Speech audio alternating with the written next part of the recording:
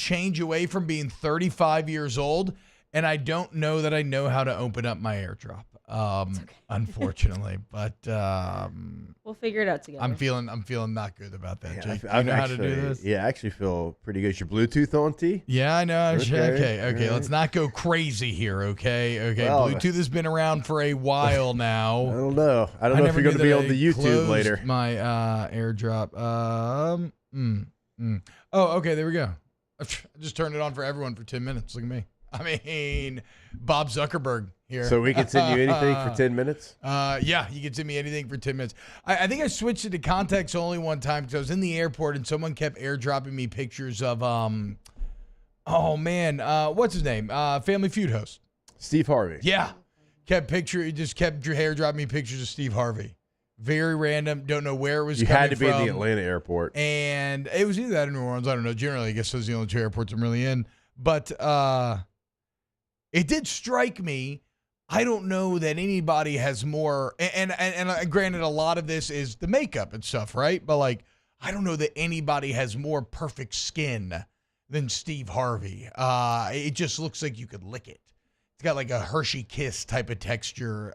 Just absolutely delicious skin out of Steve Harvey. I wonder if anybody else ever thought that. Like, it looks like you could lick it. I was going to go with his mustache because it's impeccable. Everything is perfectly tailored, perfectly placed. That's true. Not a single follicle out of place on Steve Harvey's head. It's actually stunning. That's why he was the Miss Universe host, because he fit in with them. That's very fair. He did make a blunder though. I was going to say it's one of the all-time great blunders, right? Didn't they announce the wrong winner? He announced, yeah. Yep. And they did the same thing. It's like and we kind of forgot about this a little bit too, I guess, because like the slap or whatever. But when at the Oscars, who they said Moonlight won it? Yes, that's correct. And then it ended up being what? I think it. Oh shoot! Who was it? Or did Moonlight? No, Moonlight won. Moonlight actually ended up they winning said. it. I can't remember the other. They said something else. I can't remember what it was. Cannot it was imagine. La La Land, right? The pit. Maybe. Yeah. I cannot fathom the pit in your stomach. Oh. Well, first, if you're Steve Harvey, you announced the wrong one, right? Being the MC is horrible there. But what feels worse, being the MC and screwing it up, or being the let's say it was La La Land, whatever. Yeah. Being those creators who thought they had just won Best Picture, and you get up there and you look at the envelope and you're like, wait a second, actually, my name ain't on here, dude. I think it has to be the Oscars because, yes, Miss Universe would be very, very disappointed, but that's one person. Now, she probably, like, family members would be disappointed. No, sorry. I'm asking what's worse, being the MC that screws it up or the person that got teased with winning the award? Oh, the person who screwed it up, I think. Is worse? That's going to follow them for the rest of their life. Yeah, but, like, I don't think about that with Steve great. Harvey. That's what I'm saying. Well, Steve bounced true, back. Yeah, I think it's definitely the Oscar situation. I mean, you strive your entire life to be in that moment. Like, as a filmmaker. And he had so much adrenaline everyone. pumping, you could tell. And then he's like, oh, wait, no, it's Moonlight. It's Moonlight. It was Warren Beatty. And he, it was La La Land. You're right, Hester. Yeah, see, that's the thing. Like, nobody remembers Warren Beatty. Yeah, I guess maybe it is getting, even though, like when my sister tricked me at my high school graduation and with a fake lottery ticket into thinking I had won $50K on a scratch off. So apparently, is that Cammy? Beatty says that the envelope contained a winner, but it wasn't the winner for Best Picture. So then he just kind of like paused and didn't know what to say. And he showed her. He showed. Who was he standing on the stage with? Faye Dunaway. Yeah, another. And he showed her the card, and she just said La La Land. Maybe the La La Land had won something else, and that's what was on the card, and so they just said that. But I'll say this for the La La Land creatives there is that, so my sister tricked me with that fake lottery ticket, and okay, I didn't win $50K, but I knew for 2 minutes what it felt like to win $50K, and that's a crazy feeling. All your dreams are coming true. Your adrenaline's pumping. You're on top of the world. And granted, a lot more hard work went into there, so it probably hurts a lot more on the other side. But at least for about 30 seconds to a minute there, they knew what it felt like to win. Great endorphins. Best Picture. Initially. Yes. But the crash down was probably pretty hard as well. No doubt. No doubt. I mean, so my father-in-law gets, like, my boys scratchers every time he comes in. Like every time he comes in, Hell yeah. like all of them. And Memphis won. My 7-year-old won $100 on a scratch off the other day, and you would have thought he won $50,000. Yeah, what he said. Well, $100 at that age is basically like $10,000. That's what I'm saying. Yeah. Like adjusted for age inflation. Yeah, that is inflation. big money. And he gave $20 to each of his brothers. Hey, that's a real one. What a man. And then he went and bought a pack of cards at Cards and Culture yesterday. The only problem is he's got too many brothers to do that. Yeah, Should have been $10. Harlow didn't get anything. If that, maybe $5. Well, Harlow's a dumb little baby. Harlow can't even speak. She doesn't deserve $20. Good on Memphis though. That's actually a good karma move, I would say. Did he get anything good in the card pack? He did. He got a rookie Randy Moss. What? Yeah, How's that possible? It was like an old card pack, I guess. I or don't know. like He got a rookie Randy is Moss. it like a throwback? They Randy still make Moss? like new rookie cards for Well, old players. what I'm wondering is, did he buy It was like a special it's tough to Randy think Moss that- that he was in his Marshall uniform. Yeah. So it was like a special card. It's worth a pretty good amount. I mean, I looked up Randy Moss's. Somebody on one show wanted to do like Heisman snubs, and you just start googling stuff. You're like, I don't know. Let's see. The Randy Moss Marshall seasons might be the most statistically insane seasons I've ever seen in my entire life. In fact, they're worth. Was a he quick Florida Google search State, right Notre now. Dame before then, and then ended up at Marshall? I don't remember. I think I know FSU, and then he left. I don't remember though the exact. I don't remember. Yeah, he was Florida State, according to his Wikipedia. So in 1996, in 15 games, Moss had 78 grabs for 1,700 yards and 28 touchdowns. Now, even more impressively, in just 13 games. Why did he play 15 in 96, by the way? Anyway. Because he played in the FCS, and so they had playoffs. Oh, okay. I forgot Marsh was FCS at the time. Yeah. In 13 games in 97, just 13 games, guys. 96 catches, 1,800 yards, and 26 touchdowns. This guy averaged well over 100 yards and 2 touchdowns a game. I mean, nearly 9 catches a game on just that's kind of hard to wrap your head around, quite frankly. How would you he like averaged 22 yards a catch and 19 yards a catch. How would you like to be the FCS defensive back that had to cover Randy Moss? Like, come on, bro. Come on. I'm from had Montana. an NFL quarterback. I'm from Montana. I'm supposed to guard this guy. Why was Pennington there? Yeah, it was Chad Pennington, wasn't it? Wow, what a combo, dude. It's also everybody's annual reminder to go look up Jason Williams, a.k.a. White Chocolate, and Randy Moss playing high school basketball together. Awesome highlights. Yes, they're like throwing and lobs to football. each other. Yeah, it's fantastic. All right, well, this was just a hell of a first segment. So congratulations to everyone for sitting through this with us. But we do have actual news to get to, and maybe not the kind of news that you're going to want to engage with, as it appears something's going on with Big 53, Lance Hurd, and we'll give you our takes on it next. Before we go to break, though, I want to wish a very happy birthday to our guy William. This is a friend of the OTB family. Happy birthday, William. I hope you have a wonderful one, and let's head into the new year with some good vibes and fun in our hearts. All right, when we get back, let's talk Lance Hurd. YouTube.com/1045ESPN. If you want to get involved, hit the like button. Keep it locked. More Off the Bench coming up next. Off the Bench with Hester and T-Bob. ESPN Baton Rouge, New Orleans, Alexandria, and 1130 The Tiger. Get Gordon and get it done. Gordon McKernan, injury attorneys. Look, man, you need somebody who's going to fight for you against the big insurance companies, right? You get in an accident, you're like, what do I do? 225-888-8888 or any area code followed by all the 8s. And look, they've been at it for years, y'all. They're the experts. If you want some great tips and tricks on how to handle these situations, you follow them on social media at Get Gordon.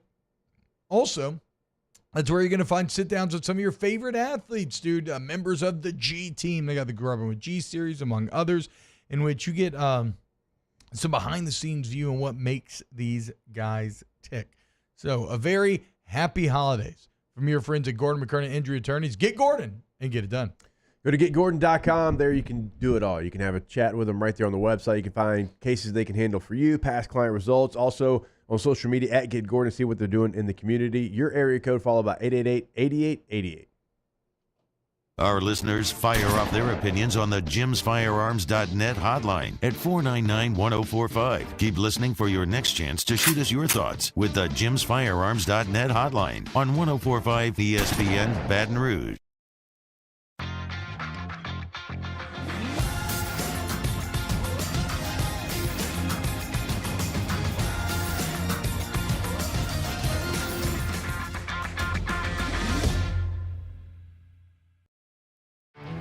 There it is, the extra mile, on the border of expected and extraordinary for those willing to go further, like vans customized for work or play, with safety and tech to keep you connected, supported by a 5-star sales, service, and finance team, and backed by the 1-star you know.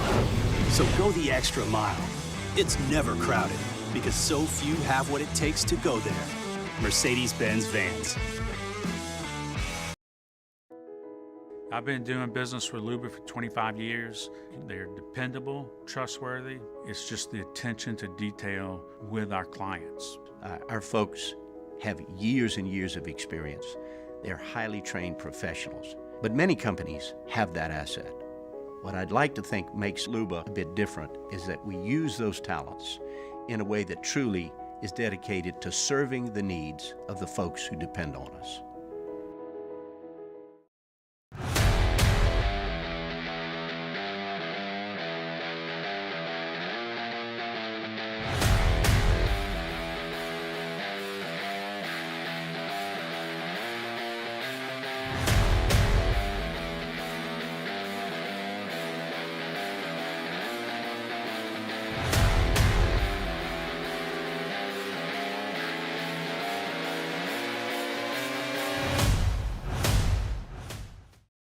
Dylan Cruz here to tell you about Six Rings Baseball and Softball Camp. If you live on the North Shore and play ball, go to Six Rings Camps with former LSU assistant coach Dan Canaveri. His knowledge is second to none, and your child will improve and have fun doing it. Camps were held at Coquille Park and Six Rings Academy in Covington with 4 sessions over the summer. Full day and morning only sessions are available from ages 7 to 13. Go to sixringsbaseball.com or call 985-206-9096.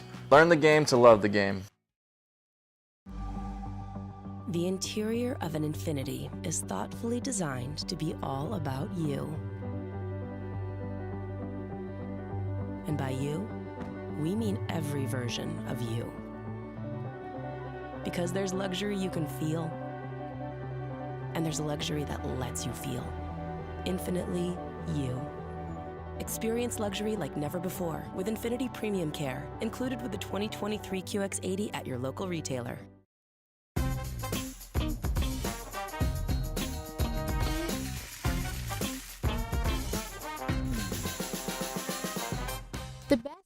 Join me and Jimmy Ott for the Thursday edition of Live at Lunch from Jolie Pearl Oyster Bar and Town Square Pizza.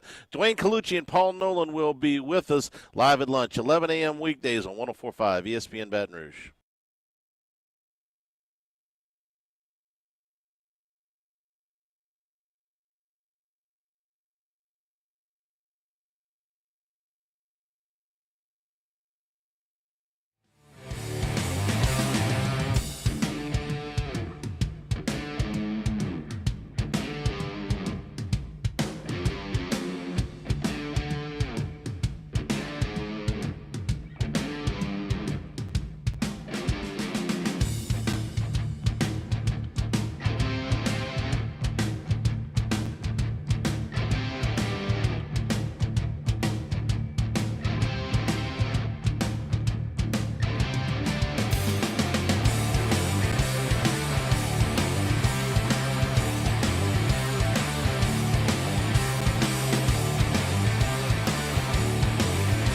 All-Star Toyota presents Off the Bench with Hester and T-Bob. ESPN Baton Rouge, New Orleans, Alexandria, and 1130 The Tiger. What's happening, y'all? Welcome back. Go TP. Jake just said he could watch It's a Wonderful Life now. And I said that's weird. I mean, that's like one of my favorite movies of all time. You know, it's my favorite Christmas movie. We talk about it plenty. but like you surely can't watch it. It's I is can that watch Die allowed? Hard You can today. still watch it. I think as long as you watch it before New Year's. I think. Before New Year's, Yeah, are we see? still in the Christmas gap? Yeah, that's fine. It's still Christmas until January. Yes. I guess I have. I mean, still, nobody's in this building but us I've because still- they think it's still Christmas. Yeah. I've still been telling people Merry Christmas. To See? be fair. Yes. Yeah. Christmas doesn't just end on December 26th. Okay, that's fair. I guess it kind of does. This didn't work out like you thought, did it? It almost has like a slow descent. Well, yeah, it did, because you're not going to watch it anyway, and then you're going to be past January 1st, and you're still going to say, I mean, I can watch it if I want, and then it's ridiculous, and then nobody would support you. Right? I mean, do we agree on I that? would say not after the New Year. Yeah, you cannot watch it. I don't after the New Year. I don't have anything after 1 o'clock today. Well, buckle up, 'cause it's about 3 hours long. So You're gonna you got a big you're boy. gonna be really mad You if got a I big tell boy you coming. what I did yesterday. I don't care. You're only. I Yeah, mean, you're well, going to. no, sorry. I do care because I really want you to see it because I know you'd love it. But Yeah. whatever. What'd you do yesterday? So it's just me and the boys right now. Katie's visiting Hell yeah. family, and so Love I chilling took with the them boys, to Cards and Culture Hell yeah. because they love it, and they picked out cards, and then we were going to go see Wonka. But the times didn't line up, and the seats weren't together, and so we went and saw Aquaman. Oh, hell wow. yeah, dude! How was it? I mean, awful, Dude, I'm sure, but I mean, it was bad. It was bad. It's not good. It was bad, but the all the fighting, and it actually looked good. Like Really? it actually looked good, and so the boys were entertained. I'll say this: Aquaman 1 was a bit of a messy disaster. Yes. But there's an element of them just going for it that I did appreciate. They did. Whenever I watched it, I felt like I was watching a movie that would be made like in a movie, like a cheesy action movie that you would see being made like in a film. Like Yes, it doesn't yes, seem like it's a yes. real act. Like it doesn't seem like they would actually make this movie. And at a lot of times, it kind of, which maybe this is kind of what they're going for. I always got the feeling too that it was almost like little kids like playing with their toys. Yes. In the absurdity of the story, it was a little way too much fat on the first movie. I'm Yeah. sure there was way too much here. Yeah. But I'll be damned if when I saw that preview, I wasn't the entire time. I was like, this looks awful. This looks awful. This looks awful. Then I saw him riding the giant seahorse, and I was kind of like, I don't know. I mean, I'm definitely not going to go see it in theaters, but it might be worth like a watch on HBO Max or something sometime. At least Yeah, maybe check I'd it say out. that. Yeah, like a breakup, 2 nights, watch half, and then watch the other half. Yeah. But look, the boys were entertained, so. Hell yeah. I mean, that's all that matters. All right. In some not so entertaining news, it was reported yesterday that Lance Hurd did not travel with the LSU Tiger football team to the ReliaQuest Bowl. Damn it. When you hear this and then you learn that it's not injury related, you can only assume that you will be hearing his name in the transfer portal soon. Well, that's still up in the air. Maybe, right? We'll see what ends up happening. But obviously things seem to be trending that direction. Now, I did some digging, and by that, I like an umpire, I just brushed the plate off a little bit, right? And what I would say is that I have heard, again, classic grain of salt thing here, but I have heard there is some disagreement between LSU and maybe Hurd's camp about how much Lance Hurd should be earning. And this sucks on many fronts, mainly because I was just super excited to see him play tackle. He was awesome when we did get, he was raw. He needed work. He did not need to be a part of the starting 5, but his potential is that where it's as much potential as a Will Campbell or an Emory Jones, maybe potentially even higher. I don't know, right? Because I don't really know the intangibles of Lance Hurd, but just from like a purely physical standpoint, the dude is a bit of a unicorn. He looked incredible in 53. And while it's not a done deal, right? Like, these things, look at Sage Ryan, right? These things play out in interesting ways. I do think probably today, December 28, 2023, it feels more likely than not that Lance Hurd will be in a different uniform come next season. That's a player that we were really excited about, not only because he looked great in 53, but because of who he could be. And we saw flashes of that even in this season, Mississippi State game and other times. He was out there with the ones, and he was somebody that you could be, kind of choosy with who you put where, because he gave you some value at tackle, and you could maybe move Emory Jones around to maybe a little bit of a more natural spot at guard, although he's been great at tackle, and you were going to have one of, if not the best offensive line in the country next year. Now, you still can have one of those units because of who you have coming back, but he was going to be somebody that you felt like was going to be a bookend, maybe 2 best tackle type situation, have the interior shored up as well, and then you had maybe a higher ceiling guy, like you said yesterday, Chester there at center. So, I mean, it was one of the, on paper, it's going to be one of the best units in the country. Again, it could still firmly be there in that top 5, but this is a player that's going to be really, really good. And this is a player that showed flashes already as a young, true freshman. And so, again, it's not completely done, but when you don't travel, you hear the whispers of maybe, what he's out there looking for. And I guess it's not 1,000% guaranteed that he would just take over at right tackle either. No, yeah, definitely not. I think so Jim Selmer in the chat says, was tampering involved with her? That's an interesting question, because what is tampering, right? If I have an agent, my agent is supposed to be actively trying to make me the most money possible, correct? So if my agent is out there fielding calls from other college football powers and saying, hey, here's what my guy's making here, and what would you be willing to pay him? Is that tampering? Or is that my agent doing his job? Because I'm sure that's what the Herd camp is doing, right? And again, if I'm going to pay my agent 10%, that's what I want him to be doing, is to try to make me as much money as possible. So I guess what I'm getting at is tampering involved is kind of a it's a non-starter. It's pointless to lose sleep over, because of everything is tampering. Everybody's constantly tampering with one another's roster. Everybody. I mean, there's been great athletic articles written about how coaches now have entire departments dedicated to kind of maintaining relationships with high school recruits, but beyond that, talking to when they know they have a blue chipper out of high school they recruited hard, they lost out on. Then they watch him go to this other school and he's not playing. They'll sit there and they'll be talking to his high school football coach, his family, and be like, hey man, is he happy? If he's unhappy, we got a spot. So it never ends. The tampering, the recruitment never ends nowadays. And that tells you that's everybody. That's not, don't think you're just getting poached and you're not doing it to others as well. So tampering doesn't come into play here. What sucks about this is it's not just bad for LSU, but and look, I think Lance Hurd's probably going to be awesome no matter where he goes. But Brad Davis is one of the good ones.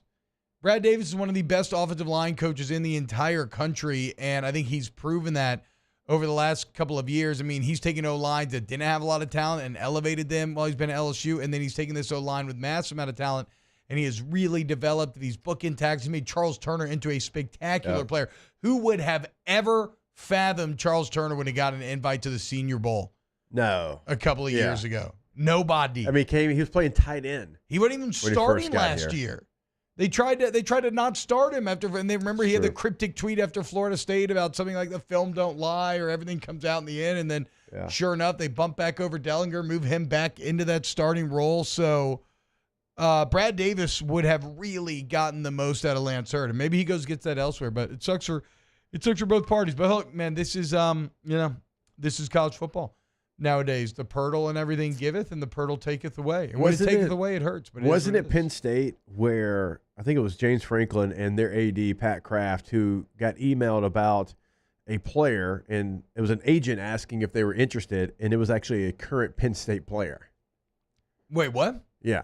There's a story where James Franklin and the AD at Penn State got emailed about a transfer interest, and I don't know if the agent screwed up, but he emailed. Oh, he let Penn State know that he was out there actively shopping a player on their roster by accidentally including Penn State on the email. Yes, into the email. Awkward. And it was in the email's hey, are you interested? Interested. He's on our team. So he basically texted the group chat about a member of the group chat instead of getting into some side group. Oof. Yeah. Ooh. always awkward. That's why group chats are dangerous. Yeah, this happened like last week. It was James Franklin and Pat Kraft. They both got emailed about transfer interest in a current Penn State player.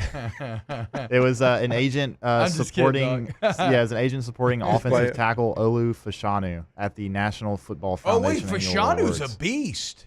Yes. That's their like NFL like first round. I think they were like with him at the award show. That's right. That's right.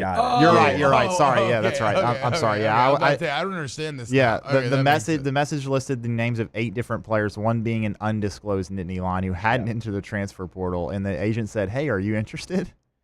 Matt C says some of these dudes got people in their ear that have no business talking to them about the money they make. I agree that there's probably a lot of poor representation, but it goes back to exactly what we discussed yesterday, which is that all of this Wild West gold rush 1849 madness is a direct result of holding on to the broken system that is the NCAA. When it is finally shattered and things are built from the ground up, it's going to be better for the players in some ways, it's going to be worse in some ways, but that's when you'll get to things like a collective bargain agreement where agents will have to be approved the same way the NFL agents have to be approved by the NFL in order to work with clients. Like they'll have a standard rate of like 3% or whatever it is. So, baseball's had, the air quotes advisors for a long time, and it's been agents. Oh, they have that. Okay. Yeah. That makes sense. I hadn't thought about that. It is funny. Like, even within the NCAA, there was different sets of rules for so long. Yeah. These 4 sports you could transfer and be eligible immediately. These 4 sports you had to sit out a year or you had to go to a lower level. Like, that's another thing that the NCAA just sucks at. Like, they don't have the same set of rules for every sport. It's like, okay, you can have advisors, but football, we're going to sit you down twice every single training camp and make you sit here for 2 hours and tell you how bad agents are. Okay? Yeah. And if you see an agent, right, you got to run the other way. Yeah. And don't you dare step foot in Las Vegas. That's a city of sin. like that was like the 2 things that they always told us.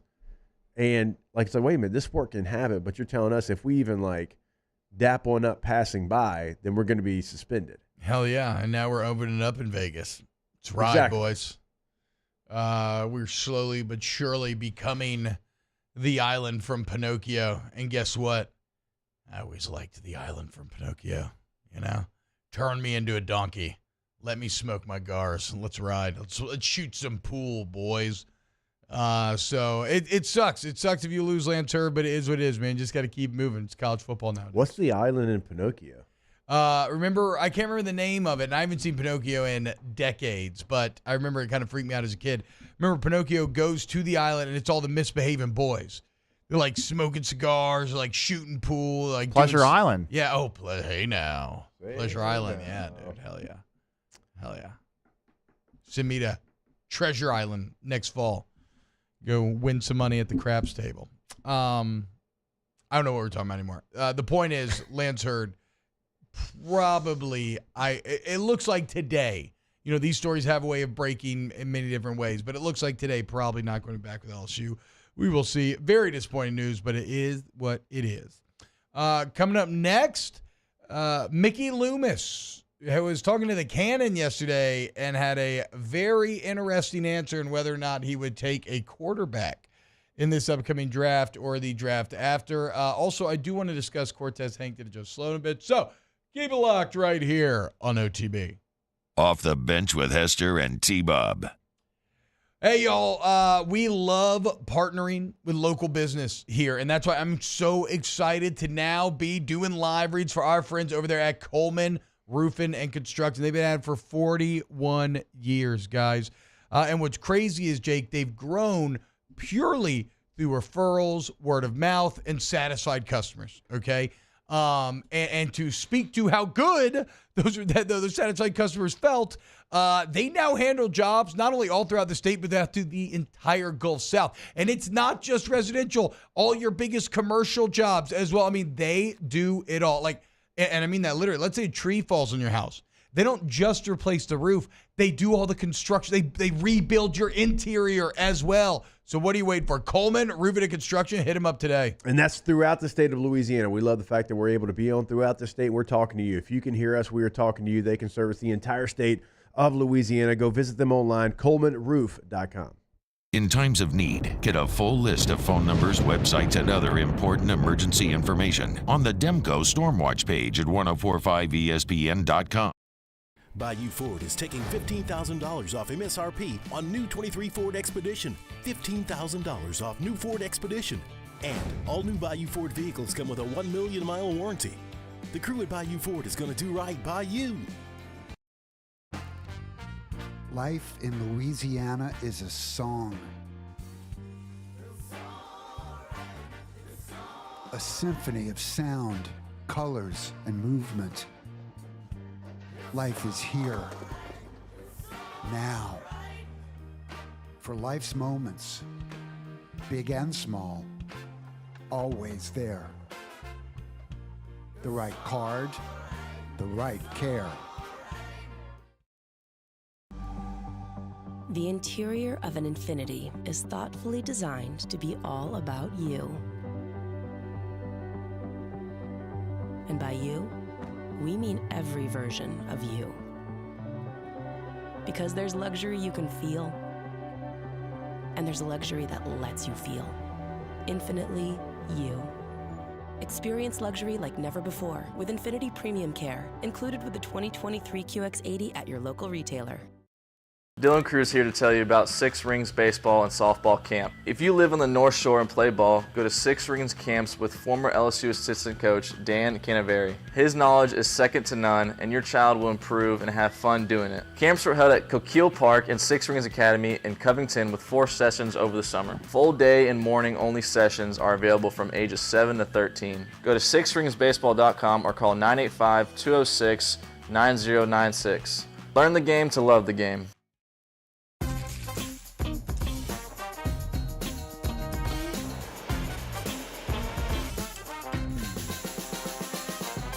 The best kept secret in town is out. Discover Tallulah at the Renaissance Hotel on Bluebonnet. At Relief Windows, we're more than windows. We're windows, doors, hardy plank, and vinyl siding. But our #1 product is always customer satisfaction. Visit us online at reliefwindows.com.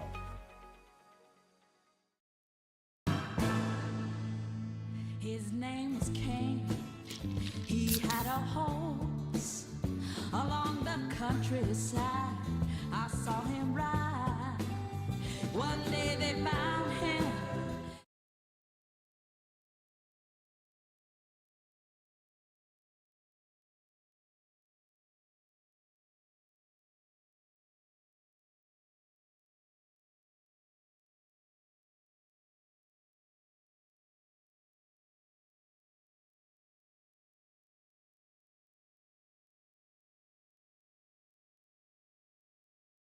Join me for a Thursday edition of the Hunt Palmer Show presented by Rouse's. Luke Johnson on the Saints, Chris Blair on the Tigers, getting ready for LSU, Wisconsin, and the college football playoff. Hunt Palmer Show, 1 to 3 weekdays, 104.5 ESPN, Baton Rouge.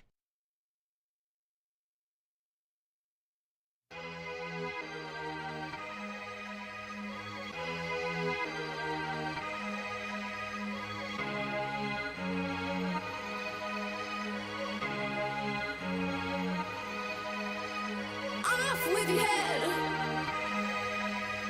dance till you're dead. Heads will roll, heads will roll, heads will roll on the floor. Glitter on the wet streets, silver over everything. The river's all wet, you're all cold. All-Star Toyota presents Off the Bench with Hester and T-Bob. ESPN Baton Rouge, New Orleans, Alexandria, and 1130 The Tiger. Welcome back, OTB. Hour 1, roll right along. Hour 2, we're going to look at like all of college football. We're getting to last night's bowl games. We'll look at today's bowl games as a couple good, like the good games are finally cranking up. And I know I'm supposed to be a college football sicko that loves Minnesota. I was going to say, what do you mean the Green. good ones are cranking up? Did you not see the Armed Forces Bowl yesterday? I know. Well, no, yesterday's bowls, I would say, were actually the start of the good ones. But I mean, we've had some bangers. I know there's been good games. Unfortunately, the game Toastery Bowl. Yeah, the might have been Toastery best Bowl. one. Toaster Bowl Yeah. was sick, dude. Just an incredible comeback after you bench your starting quarterback, get down your third string guy. Who's in the portal? Who the third? Beltcamp was in the portal. Oh, wow. Came in and threw for 383 and five touchdowns. Yeah. Look, there's been I mean, who could forget the SRS Distribution Bowl in which Northwestern defeated Utah 14-7? Exactly. That's a Only big I win for literally them. didn't know that happened. Northwestern beat Utah 14-7. What? Yeah, a big win for them. The Minnesota Bowling Green game was good. Northwestern, unreal year. Nobody Yeah. cares, but an unreal year. They should have been dead in the water. Greeny cares, and that's it. Pat Fitzgerald, obviously now overrated. And it turns out, if you don't worry as much about putting on scream masks and spanking your teammates, you devote some of that time to maybe just like a little more film, a little more practice, it can pay dividends. How about it? I did not realize that, though. That's a really big win for them. Sounds like an awful game, though. Texas State getting their first ever bowl victory against Rice in the First Responder Bowl. Shout out TJ Finley. Yeah, that was fun to watch. So Kansas look, UNLV was great. I'm just being honest, man. I know. I love Jason Bean. I love Lance Leipold. We put them in weekend winners. The Military Bowl is an absolute mudslide. I'm just being honest, though, dude. I just during Christmas, I'd rather watch like Christmas movies and stuff. Right now that we're post Christmas is when I can start devoting the television once again to college football, and we'll be doing so. Especially because I think my family's actually all going to leave me for a few days. They got to go to Atlanta a little bit earlier than me for some family stuff, and so yeah, I'll probably just be down a deep wormhole of World of Warcraft, Season of Discovery, and bowl games on in the background. Looking forward to it, definitely. Something I did not enjoy as much was Mickey Loomis was on the Saints coaches show with my old man, the Cannon, and in my father's interviewing style, he offered a bit of a meandering question, but one where he had to get his bona fides out there in front, right? Basically saying like, look, I'm a voice of the people. We've seen this in other places. If it's like Alex Smith and Patrick Mahomes, y'all almost drafted. A lot of setup to ask Mickey Loomis, would you draft a quarterback in this year's draft or next year's draft? And now I just realized I don't have. Hold on, let me pull up Loomis's quote in front of me. I thought I had it in front of me. My computer's freezing. Jacob, just like fill time. Why is my computer freezing? He said Jacob. He didn't say Jake. Come no on. time. Why? Yeah, that's. I think I'm Jacob. Yeah. Like for real, it's just gonna freeze now. It's just gonna. Hey, it's okay. The freaking web page won't even scroll. So I'm about to get You're about to get a new one. You're about to get a new one. Yeah. Don't freak out on this one. If he said anything other than absolutely we're going to take a quarterback in the first round this year and next year, I don't know that I want to hear it. It's only going to make me angry. So here it is. So he was asked directly, would you be looking to draft like an heir apparent to Derek Carr, a quarterback in this draft, or next year? No, I mean, my dad really tried to soften the question, right? And he said, quote, "You're asking me to speculate about the future, and we're in the middle of the season. That's a silly what-if exercise, so I'm not even going down that path." Mickey, bruh. If this was any other city, Mickey Loomis would have been fired, or they would be constant picketing for his jobs. And I know that a lot of people already are, and we've talked about it here. He's an owner. He's untouchable, basically. But, like, that's an answer answered with the confidence of an owner. You're in the middle of a season. What season? What season? A season of disappointment? A season of failed expectations? A season of unfulfilled potential? A season of discord? A season of sadness? You're the easiest schedule that any of us have ever seen since watching the NFL our entire lives, and you blew it. And you absolutely blew it. And I don't even care. And so help me God, if you win these last two games and you go 9-8, I don't care if you win the division somehow. If the Panthers beat the Bucs and everything. If you go 9-8 and you run it back with this staff, shame on you. And I hope that the fans continue to vote with their wallet. Because there were empty games towards the end of this year. And if you run it back, you will see more empty seats in the future. Does somebody also want to tell him that the middle of the season doesn't mean you have 2 games left? Yeah. I don't know. That I think this is the Why end would of I the be season. scouting quarterbacks? I'm only the GM with a failing starting quarterback. Get out of here. I got to With get 2 ready for games these left. games. And the Senior Bowl is like 4 weeks away. The dumbest part is the answer's so easy. It's, we explore all possibilities, of course. That's it. like, what? That's it. No, your defensive nature lets us all know that you feel insecure about how badly you've screwed up that position. But all of y'all, be it Dennis Allen, Mickey Loomis, that the money that they paid Derek Carr, they might as well have like Secret Service earpieces in, because if anything whiffs of negative Derek Carr questioning or news, these two dudes jump in front of that bullet every single time. It's unreal. And then you got like situations in the NFL where Sean Payton's benching Russell Wilson for Jarrett Stidham. Yeah. Because like he's like, look, this ain't the direction that we need to go. And they paid him all that money, still paying him all that money. They gave up a treasure chest of draft choices, but he realizes it's not the direction if we want to win football games. And everybody else is kind of doing their part. Because that's what the NFL is. If you're not playing good, you get replaced. Somebody comes in or you try something different. You don't keep trying the same thing and hope that it works out. But that's what they're doing. Tommy says if Loomis, can't be fired, then my fandom is done. I know the Saints probably don't care. Yeah, I mean, I get what you're saying. Like, no, this obviously the Saints don't care about any individual, and like no NFL team does. I'm not saying that's like the Saints. Like no NFL team cares about this one individual being like, I'm done. But like any sort of revolution or anything, when the people gather en masse and work together, that's when it does start to resonate. Jesse, because at the beginning of the year, I'm assuming the Superdome was packed out at all of those home games. How different did it feel in some of those later matchups? So literally in preseason, it was pretty packed. Yeah. Very, very packed. Last week, not so much. It was more empty last week than it was in preseason. Damn. And everyone boos every time Derek Carr walks on the field. And I just have to stand there and smile. Keep dancing. Hey, Barstool, when Livy Dunn, first off, Livy Dunn posted a TikTok of me at the Saints game. Oh, okay. If you saw that, that was me flipping. Wait, we got to look. Okay, Yeah, we're going to play pull it this up, next yeah. when we get back now. But Yes, I will pull it up.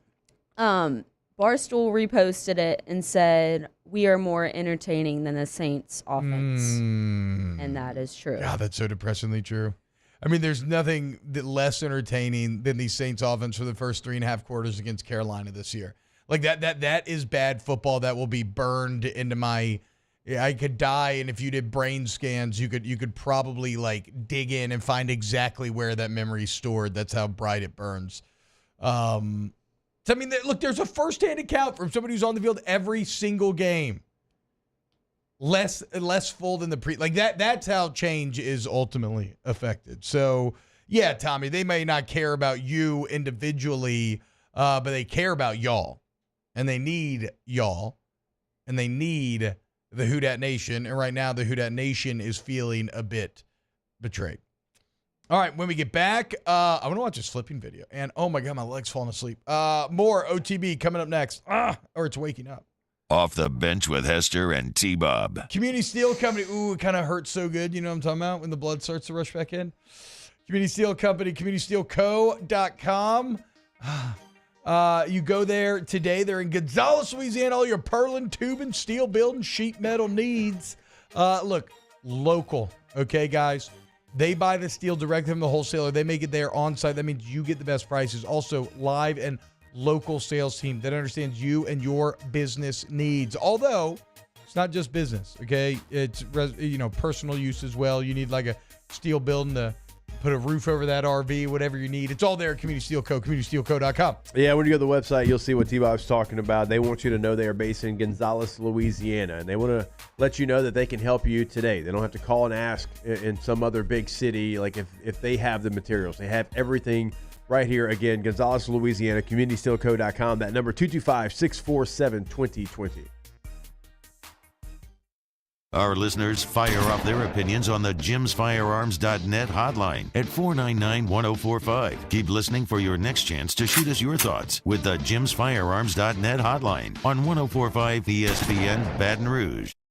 Follow us on Twitter at 1045ESPN to cast your vote in the Citizens Bank and Trust Poll of the Day. Vote daily inside Off the Bench, live at lunch, Hunt Palmer. And after further review, Citizens Bank and Trust brings you the Poll of the Day via Twitter at 1045ESPN.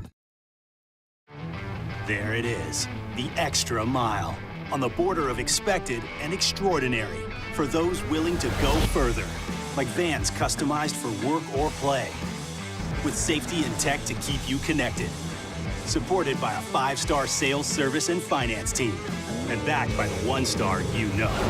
So go the extra mile. It's never crowded, because so few have what it takes to go there. Mercedes-Benz Vans.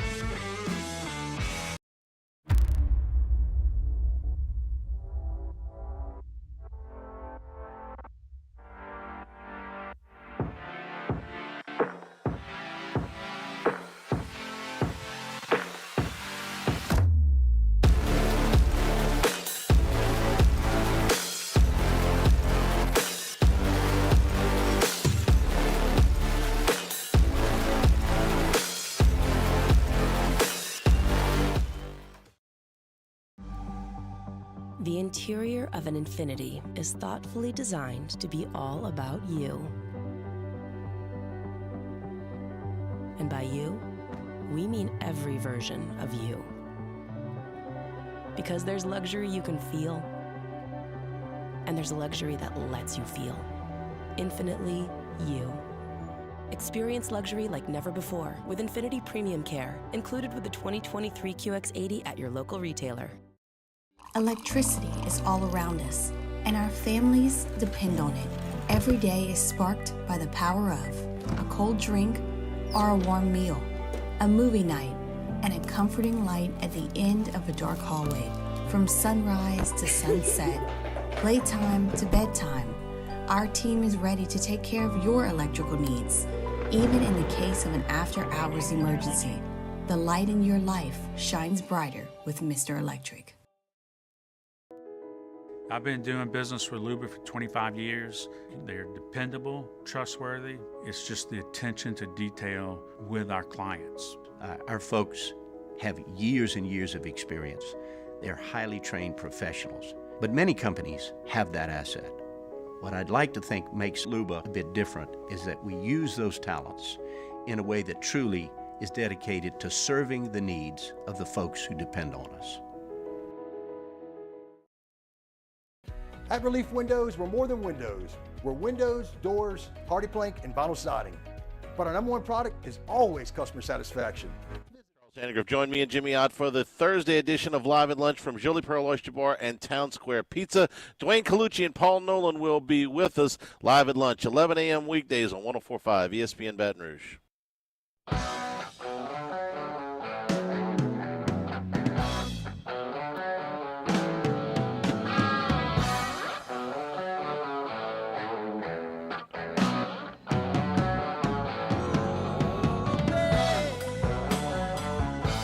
All-Star Toyota presents Off the Bench with Hester and T-Bob. ESPN Baton Rouge, New Orleans, Alexandria, and 1130 The Tiger. Yo, what's going on, y'all? Welcome back, OTB.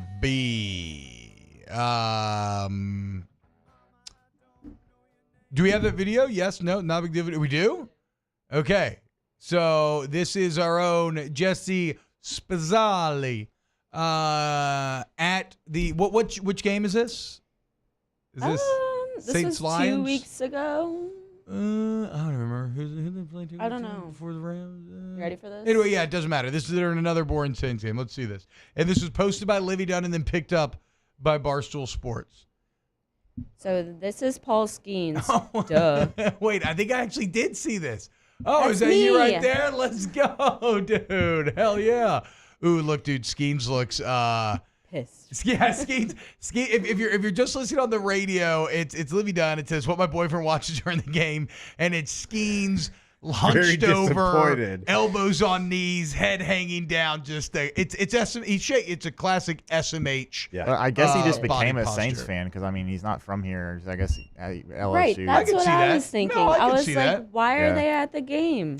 Bruh, Libby, and first off, I mean that's obviously our LSU power couple, right? They've been all over the place this football season, and they love sporting events, dude. Right? Yeah. Everybody's constantly got pictures of them after every LSU game. Now they're in the Saints suites as well. Wow, cool it must be to be in college and have millions of dollars to go party with the fellas and go to games and stuff, dude. That'd have been pretty tight. I mean, back in the millions. day. Like, I would just take for like, sure, dude. 5 figures. Can you imagine like just renting out like giant party buses, going to the LSU baseball game, peacing out, going to Fred's, wherever? Oof, crazy to think about. But shout out Skeenzo, a real one, showing the correct amount of disappointment in we lost. watching the Saints team. We definitely lost that game. Yeah, but you did not, Jesse. And look, I think Olivia was, I feel like that was a big thumbs up of approval, and it was a fine flip as well. What do you call that though? That right there was an aerial. An aerial. So it's like a handless cartwheel. Correct. It was not my best. I will be honest. Oh wow! So okay, so we couldn't tell. So I was about to say, like if you it's like whenever you do something around the house, like if you hang a picture, install something yourself, you notice the imperfections because you did it. Yes. Whereas the outside world, it looks fine. Nobody could tell. And she's a gymnast. She knows that was not that great. Damn. Yeah, I guess she would know. Actually, it's a little expert on expert right there. Jacob, bet you I could learn how to do an aerial, dude. You? Mm-hmm. No. Easily. Ooh. Jesse, trust me. Easily. Easily? Easily. T-Bob. 2 days. 2 days. 1 day. Give me 1 day. Have you What ever about- seen me do a cartwheel? what I'm about- a beast. What about in the hallway during this break? I want to be on the mat to learn. I got to be able to fall. It's got carpet. Let's get in touch with Jake Clark and see if we can make this happen one day. No face, Jesse. You don't think I could? That's okay. Be You honest. can try. Mm-hmm. But you do need a mat. Mm-hmm. Yes. No, I'm definitely not going to try the carpet.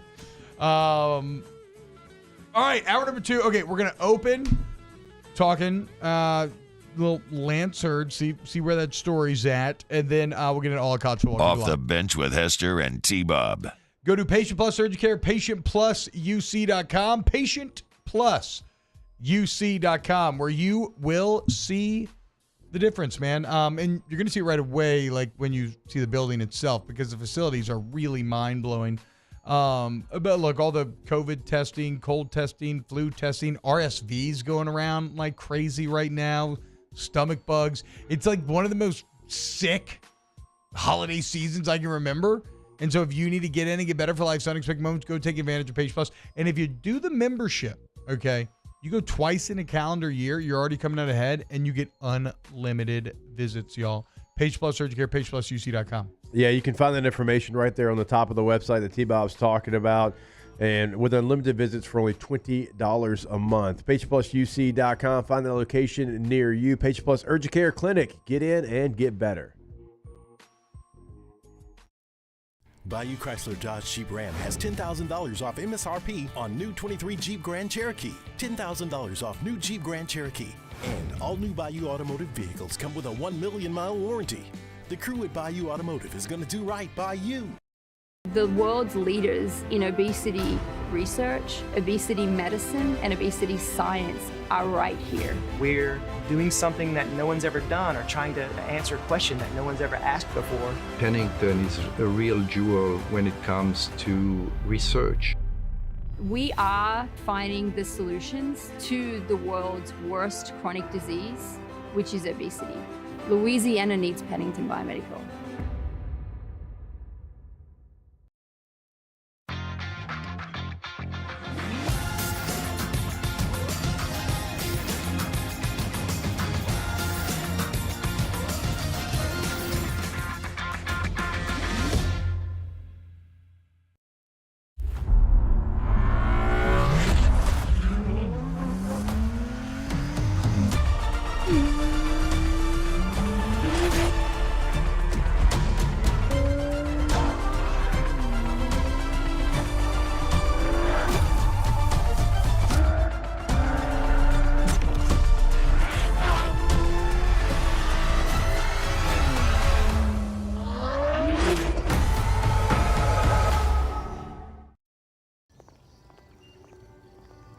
Would a couple that just came from a couples massage have any use for the massage seats of the Infiniti QX60?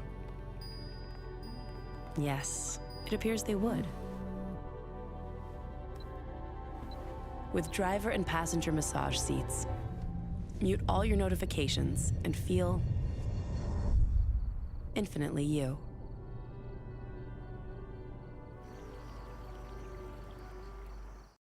Dylan Cruz here to tell you about Six Rings Baseball and Softball Camp. If you live on the North Shore and play ball, go to Six Rings Camps with former LSU assistant coach Dan Canaveri. His knowledge is second to none, and your child will improve and have fun doing it. Camps were held at Coquille Park and Six Rings Academy in Covington with 4 sessions over the summer. Full day and morning only sessions are available from ages 7 to 13. Go to sixringsbaseball.com or call 985-206-9096. Learn the game to love the game. Electricity is all around us, and our families depend on it. Every day is sparked by the power of a cold drink or a warm meal, a movie night, and a comforting light at the end of a dark hallway. From sunrise to sunset, playtime to bedtime, our team is ready to take care of your electrical needs. Even in the case of an after-hours emergency, the light in your life shines brighter with Mr. Electric.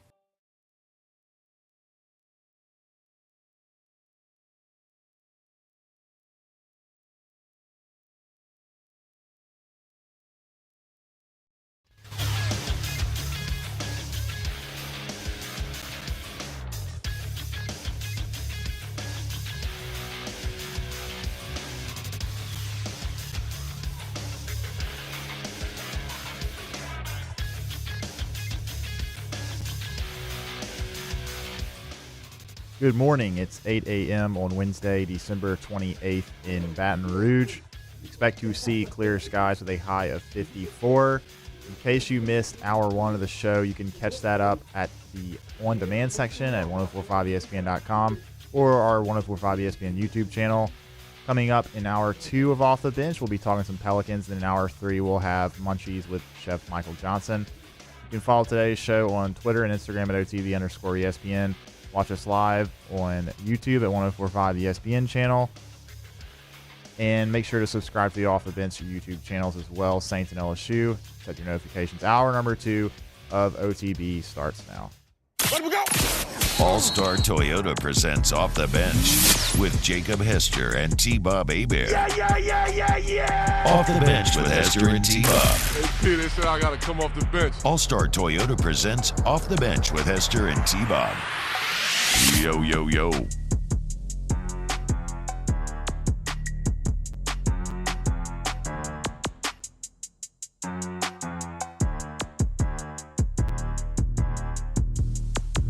Yo, what's happening, y'all? Hour 2. God, 2 for 2 today. Of OTB. And hour 2 brought to you by Skull Axe Throwing. That's right. You're going to throw some axes with the boys or the girls. Girls' night, boys' night, date night even, if you will. Corporate events, team building events, right? Pfft, screw a ropes course, okay? Well, I mean, what does a trust fall have over throwing an axe into the middle of a giant wooden target? Nothing. Trust fall's not going to save you if you're assaulted on the streets. You know what will? Axe throwing. If you carry an axe with you everywhere. So admittedly, kind of an outlier sort of situation also. But I bet there's a pretty cool holster you could have. Yeah. Oh, absolutely. Have you ever seen axe holsters? They're great. They're, you kind of, it's just like, well, actually, I mean, it's really just a belt loop that you stick the handle through and then the head kind of holds this thing just. Like a hammer. Yeah, exactly. Just slip that thing up. Even though, remember, we looked it up. And traditionally, axe throwing, not really a missile weapon the way if you think of like a bow and arrow, a gap closer. Like if I'm running at you, I throw the axe ahead of time, make you deal with that, and then I'm up on you. Yeah. Ba, ba, ba, ba. Anyway, you should go throw axes at Skull. Yep. GCX.com, code earlybird, 20% off. Right there off of Lee. In case you missed it, I see YMI. In hour number 1, that was hard to do. Lance Hurd did not travel with LSU to the ReliaQuest Bowl. Bit of a huge bummer here. Don't know how this story will end quite yet. I've heard there seems to be a dispute between how much Lance Hurd should be earning as a member of the LSU Tiger football team.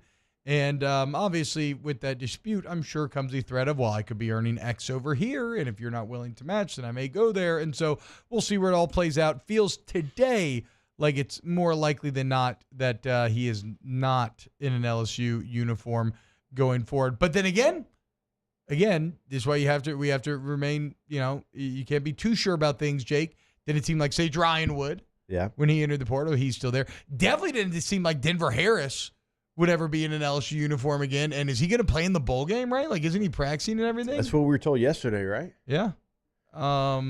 So yeah, I mean, you don't know how it's going to end, but that's how it is now. Unfortunately, right, wrong, or indifferent, depending on how you feel, right? And that's what we talked about with Ole Miss yesterday. The most impressive thing was the retention of players. Yes, they're bringing in great players, but it's also quarterback, running back, receiver, tight end, all those top guys for Ole Miss. They were able to retain them. They didn't go into the transfer portal or go to the NFL.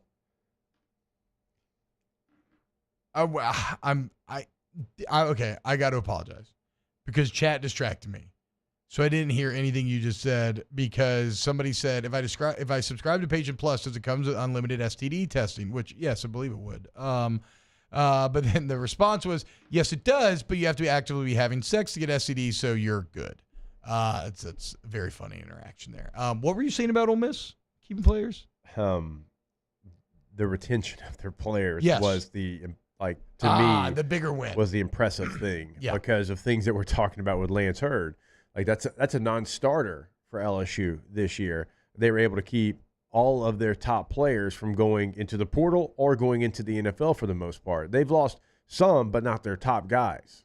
Yeah, and it's weird, too, because it's not like now in some situations you could say, oh, well, this is no different than all the 4 and 5 stars leaving like an Alabama or Georgia because they were buried on the depth chart. Lance Hurd played in all 12 games. Now, granted, a lot of that was probably on like field goal and stuff, but like I fully think he would have started next year. Right? Like I think he would have found a way to start one way or another.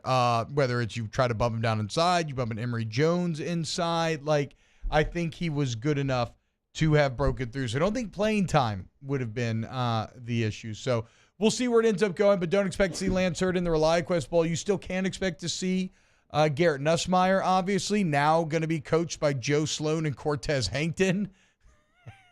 After you lost Mike Denbrock, you still have Matt House. How do you manage Hankton and Sloan, Jake? You have two young coaches that you really believe in here. Yeah. Hankton already makes crazy money. Remember, that's how you stole him away from Georgia. Hankton makes nearly $1 million as a wide receiver coach. And not only has he done great in developing receivers, but he has been a top-tier recruiter. Now, Joe Sloan has also been a top-tier recruiter. Right. Makes less than Cortez Hankton does, but is the quarterback's coach. And generally, quarterback's coach kind of slot into OCs. They're going to be co-OCs for this game. Do you think it's realistic for them to think about being co-OCs going forward? I don't know. It's tough because it's not an offensive line coach who would handle the run game and a quarterback receiver coach that would handle the passing game. And even in Brian Kelly's quotes about this game, he said he basically intimated that, Hankton and Sloan will put together a great passing attack, and they'll work with Frank Wilson and Brad Davis to put together a running plan. Yeah. I don't know. Anytime you co-coordinator, and maybe we have PTSD here from every time they've tried to do it, it's never really worked out well. No, Malvito was a disaster. Is that the only one I can think about, though? Is there you've another also one? had like some passing game coordinators with an offense coordinator. It's like, well, what does that really mean? Like, who's doing what?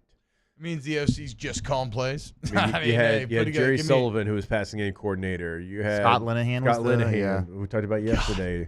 Jerry Sullivan's passing game plan was so old school. It was just makes sense. Keep 7 in protection and let's run 3 out and then just throw it to Justin Jefferson.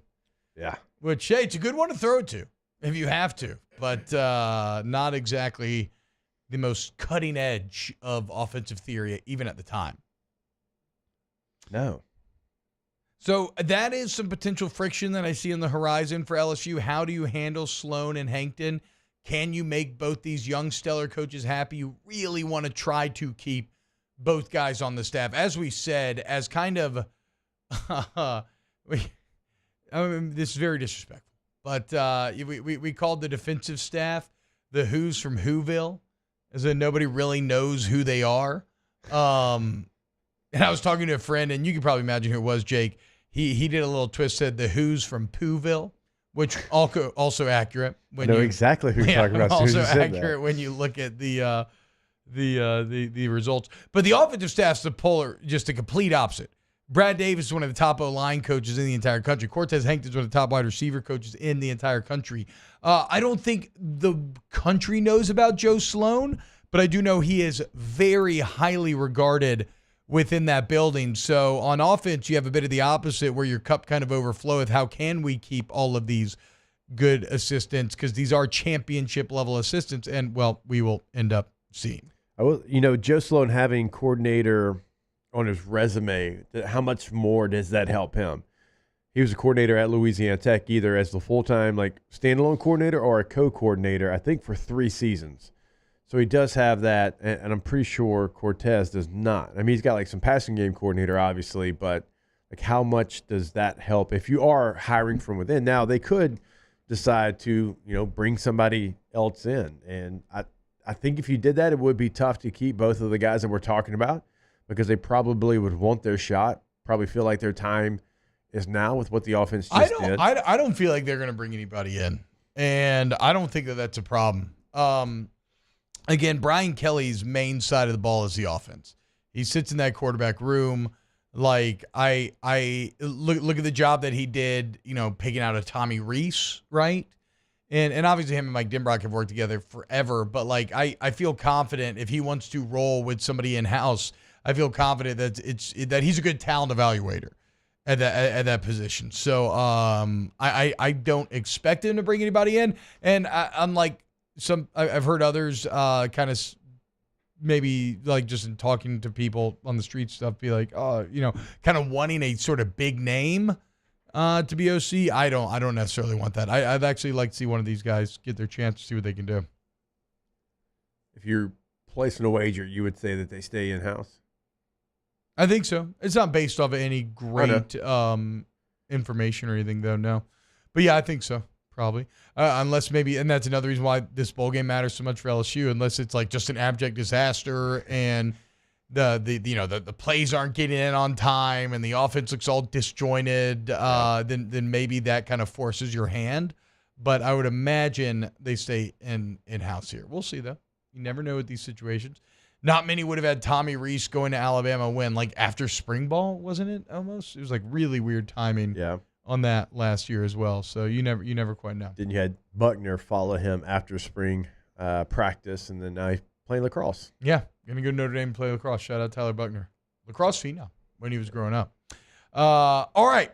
When we get back, let's talk about some of these bowl games. Look at some of the college football as a whole. Bowl games coming up tonight. Keep it locked right here, youtube.com/1045ESPN. If you're watching there, hit the like button, you bums. Please, the algorithmic gods that rule our existence, they love to see you hit that thumbs up. And, more OTB coming up next. Off the Bench with Hester and T-Bob. ESPN Baton Rouge, New Orleans, Alexandria, and 1130 The Tiger. K2Z window coverings, KTOZblinds.com, KTOZblinds.com. The blinds. If you want the blinds that's going to make you so happy, you want to go to K2Z. They can take, look, if we're talking a man cave, bedroom, baby room, outdoor living, anything in your home, going to take it to the next level, functionally and aesthetically. You want Brandon Barton, you want K2Z, you want their 25 years of experience. With that free professional estimate where they're going to look at the layout of your home, take the compass out, time of day, where's the light hitting, blah, blah, blah, blah, blah, everything. Okay, they've been at it for, again, 25 years. There's a level of expertise there that you can't appreciate until you see it firsthand. So have them out of your home today, KTOZblinds.com. Yeah, things you don't even really think, when you get an outdoor screen. We lower it, and now we can open our space. Our dog kind of goes back and forth. It shades the entire living room if we want to, so they can do it for you. They did it for me, KTOZblinds.com. In times of need, get a full list of phone numbers, websites, and other important emergency information on the Demco Stormwatch page at 1045ESPN.com. There it is, the extra mile, on the border of expected and extraordinary, for those willing to go further, like vans customized for work or play, with safety and tech to keep you connected. Supported by a 5-star sales, service, and finance team. And backed by the 1-star you know. So go the extra mile. It's never crowded because so few have what it takes to go there. Mercedes-Benz Vans.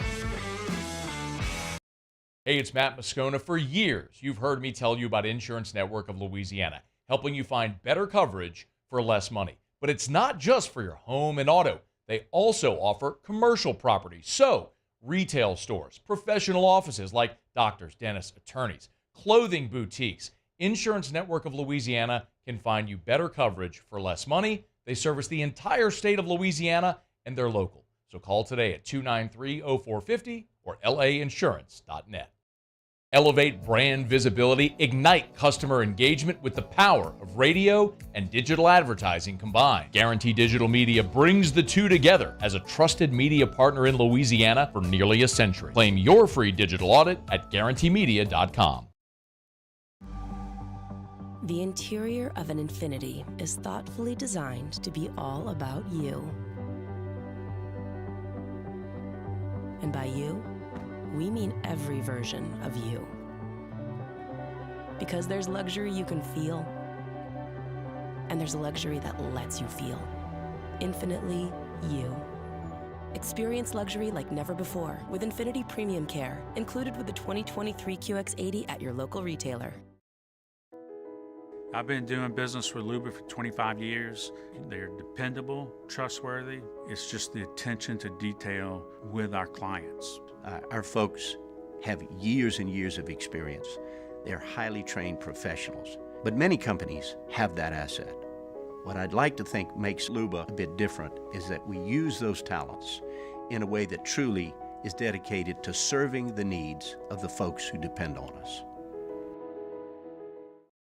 Dylan Cruz here to tell you about Six Rings Baseball and Softball Camp. If you live on the North Shore and play ball, go to Six Rings Camps with former LSU assistant coach Dan Canaveri. His knowledge is second to none, and your child will improve and have fun doing it. Camps were held at Coquille Park and Six Rings Academy in Covington with 4 sessions over the summer. Full day and morning only sessions are available from ages 7 to 13. Go to sixringsbaseball.com or call 985-206-9096. Learn the game to love the game.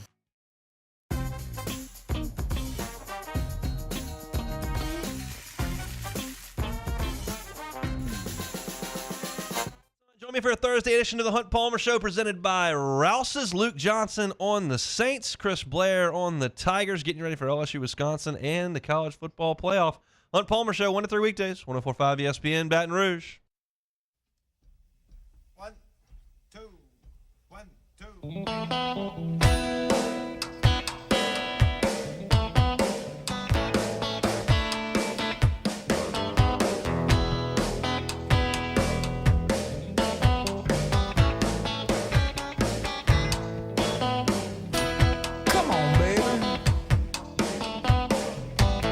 All-Star Toyota presents Off the Bench with Hester and T-Bob. ESPN Baton Rouge, New Orleans, Alexandria, and 1130 The Tiger. Welcome back. Go TV. Hour 2, roll right along. Eventually, I want to look at this picture of Nick Saban at Disney, as it proves the mouse can break through to anyone. I don't know if I've ever seen Nick Saban looking so fatherly, grandfatherly, or just like genuinely happy. Even Harbaugh looks very genuinely happy to be taking a picture with me. Let's make no mistake about it. Nick Saban is way more normal than Jim Harbaugh. Yeah. It's not even. Yeah. I've heard Harbaugh's just an eccentric dude. I mean, when you literally wear khaki pants every single day your entire life, Bro, you gotta be something wrong with you. You know the only person I know that does that? Mario. That's true. That's true. Mario. So, I mean, and Mario, he's got a serial past, if you will. But those both Schembechler coaches are quirky, man. Schembechler was weird as hell. Miles is a Schembechler disciple. We know how quirky and odd he was. And I've heard Harbaugh's the same way. Now, I've heard that like some of his players love him. Certainly, it's not like I don't know. Like it's and some don't. It's a boss, whatever. It's like any other business. Some people are gonna like the boss, some people aren't. But it is true. Everything I've heard about Saban is while he could be a perfectionist, demanding, all that sort of stuff, that he is still he's a ball at the end of the day. As evidenced by his 7 bags of chew in the Ferrari. Yeah, no doubt. Go ahead and about full it. screen this, Jesse. So those watching at YouTube.com. I think the format may not allow her to get. Okay, there we go. bigger than That's that, fine. but That's yeah. fine. So if you're not watching online, they took a team picture, or kind of a team picture, looking maybe captains and the coaches with Mickey in front of Magic Kingdom. And for a man that looks so terrifying on game day, when you have a team that you love and you cheer for, and you see that man on the opposing sideline, right? It is basically like seeing the devil incarnate. He looks so happy, Mr. Rogers, and grandfatherly here. Brown loafers. He has the perfect Mr. Rogers. I can see him meticulously. That was one of my favorite things about Mr. Rogers growing up, was how meticulously he got dressed. Slippers, the slow unzip, the perfect tying of the shoes, the zipping up, but and it looks, that's The exactly how pants are just a little bit too big. Like they're a On little Saban, too yeah, long. Just yeah, a little too too creased, true. long. That's perfect though. That's how they should be. Also, Harbaugh, no khakis. Ooh, That's Saban with the khakis. That's and he's crazy. got Jordans on. I mean, I know they're a Jordan team.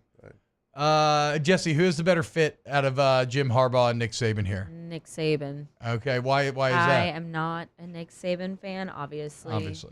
But I mean, he's got the better fit. In Disney. Harbaugh's got my fit on. That's what I wear. Yeah, that is what you wear 24/7. Yes, I hat. agree. Yeah. Saban looks very much like a grandfather at Disney who's getting to take a picture with Mickey. And look how happy he looks, stance. dude. Yeah, the stance. The He's hands kind of hunched outside the over, his pockets, hands yeah, on just- his. yep. I've seen him do that when he's taking pictures with like cheerleaders or girls. He's like very, you ain't gonna catch Saban in any perviness, right? Like he is aggressively like, here are my hands, no physical contact. It is kind of a funnier pose when put next to Mickey, but look how happy those two look, dude. The mouse always wins, dude. He knows what he's doing. Shout out Walt. I've only interviewed Jim Harbaugh one time, and it was an experience. There was not a lot there, but the thing that I Why got, does he always act so confused? Yeah, so I knew if I brought up Max Duggan last year, he would appreciate the way Max Duggan played, and so I asked a question about that, and then he finally lit up and gave us something. But there's a big wall in front of him that you have to try to break down. Yeah, and he's going to try to break down that Alabama wall. What do you think, man? Everybody's just saying it's going to be Alabama, and I get it from this. Standpoint. Nick Saban is what? I believe he's 9-0 in games in which he's had, if it's a playoff or a national championship, and he's had 30 days or more to prepare. I think he's 9-0. I think it bumps up to 10-1 if he's had 20 or 13. There's also a game where he had 26 days. I think they won. Maybe they lost one with 13 against Ohio State. The point is, when you give him time, there has been nobody better in history, and it's not even close. These are games where, Jake, you should only win these at a 50% clip or maybe a 70%. To be undefeated in such games speaks to, and I've seen it firsthand. I mean, look at 2011.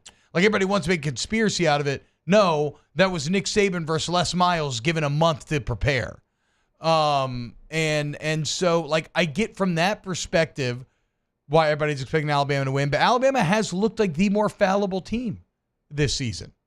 So, if we talked about this game 6 weeks ago, I think you'd have more people on Michigan's side, but because of how Alabama played the last time we saw them, not the last 2 times, because if you go back 2 times, they almost lost to a bad Auburn football team. They should have probably lost to a bad Auburn football team, but I think people see the way that they pushed Georgia around. Now, we had our own thoughts about maybe who Georgia was here on this show. Not a lot of people agreed with our thoughts, but, we were asking about who they had really played. But regardless of all that, Alabama still did push them around. They bullied the bully. Yeah. And now I think because Michigan's a bully, everyone's just assuming that Alabama's going to do that to them.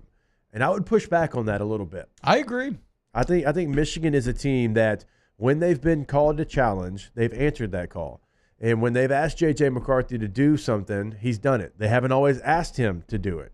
This is a top-tier defense. I realize they play in the Big Ten, but they are a top-tier defense. They are physical. They still are going to roll out 21 and 12 personnel. That's who they are. And it's hard to just continue to take the hits that Michigan gives you. Now, Alabama, we think, is set up for that, but also, like, is Jalen Milroe going to be able to go off on this type of defense with this long to prepare? That's another part of it. Like, Michigan now, they know the blueprint of how Jalen Milroe is beating the teams that he's beaten.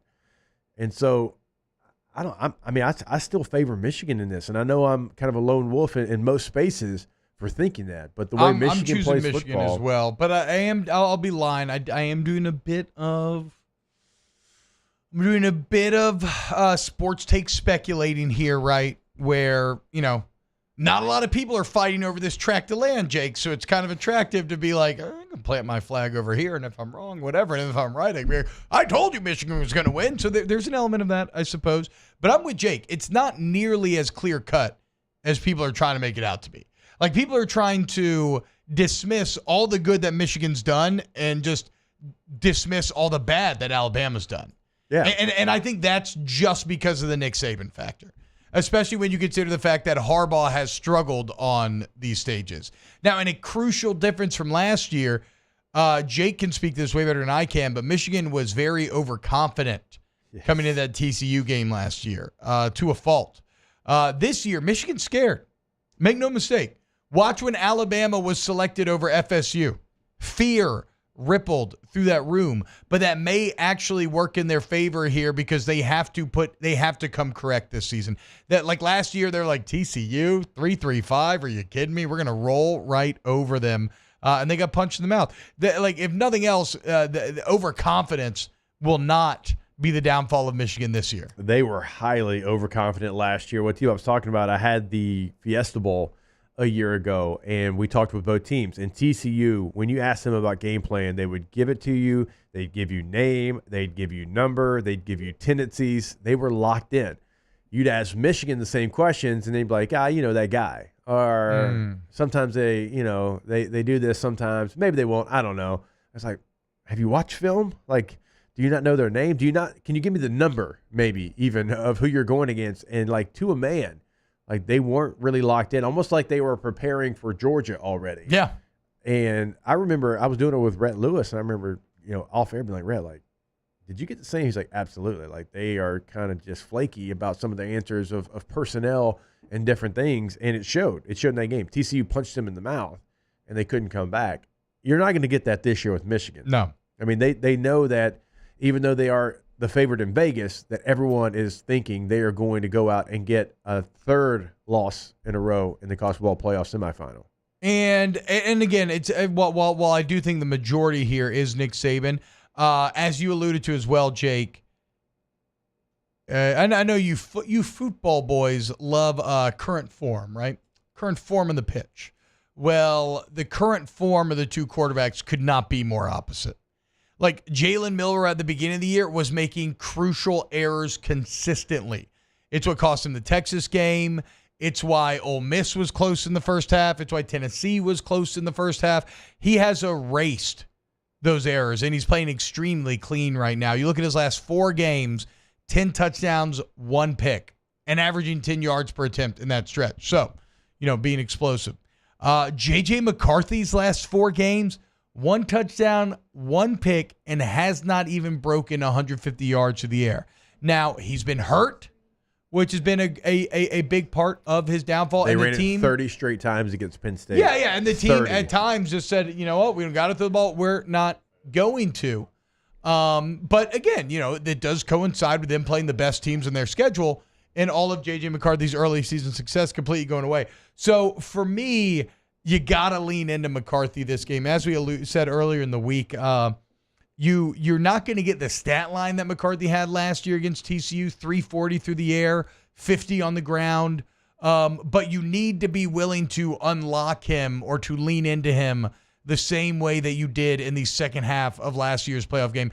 because I still think, although Michigan is way more on par with Alabama in a traditional trenches type of attack than people want to give them credit for, I still think ultimately their weapons are outclassed by Alabama's secondary so much that you need McCarthy to add to the offensive attack through the running game and whatnot to kind of unlock some of that disadvantage. Oh, the receivers are going to be huge on both sides of this equation. We've talked about Alabama's receivers. When they show up, a la Texas A&M, it's a different team. When they disappear, then it all falls on Jalen Milroe.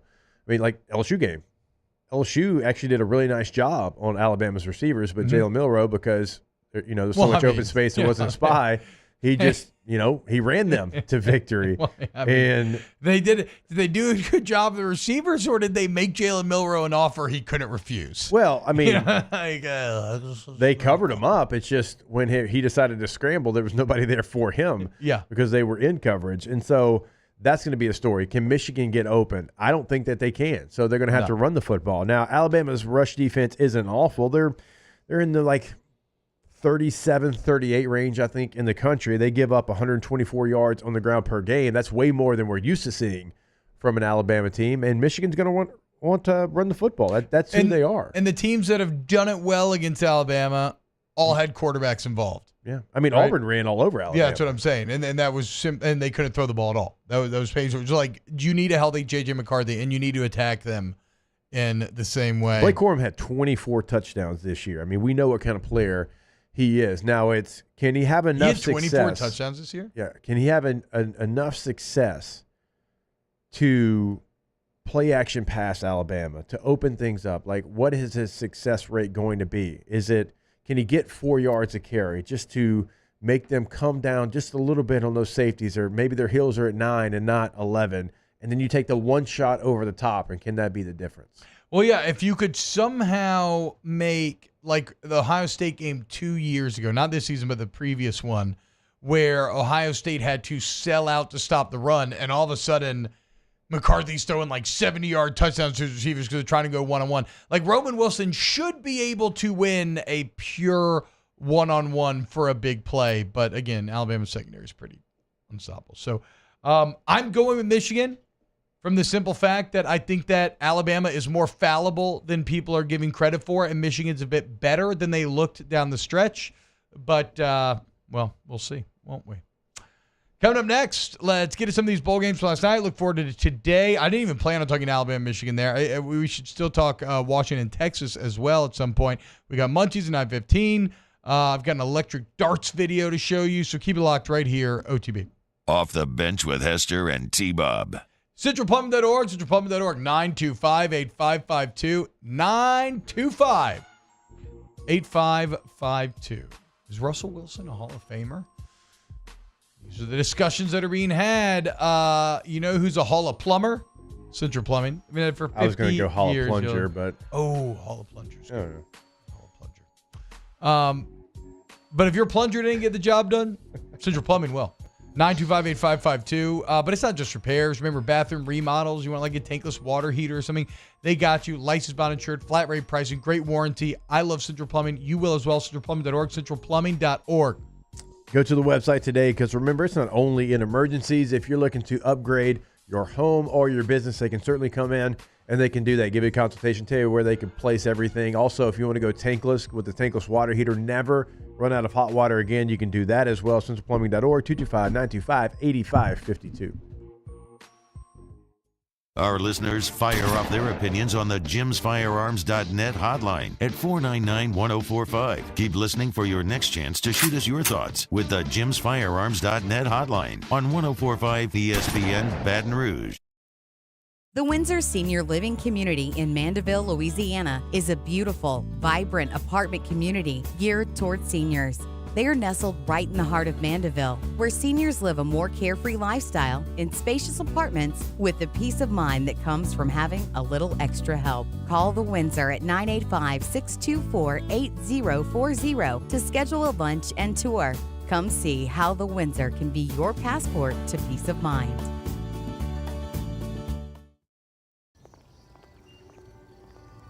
Would a couple that just came from a couples massage have any use for the massage seats of the Infiniti QX60?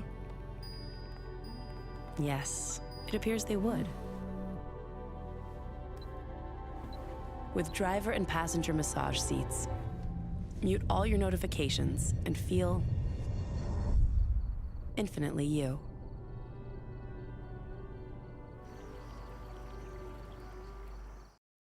Electricity is all around us, and our families depend on it. Every day is sparked by the power of a cold drink or a warm meal, a movie night, and a comforting light at the end of a dark hallway.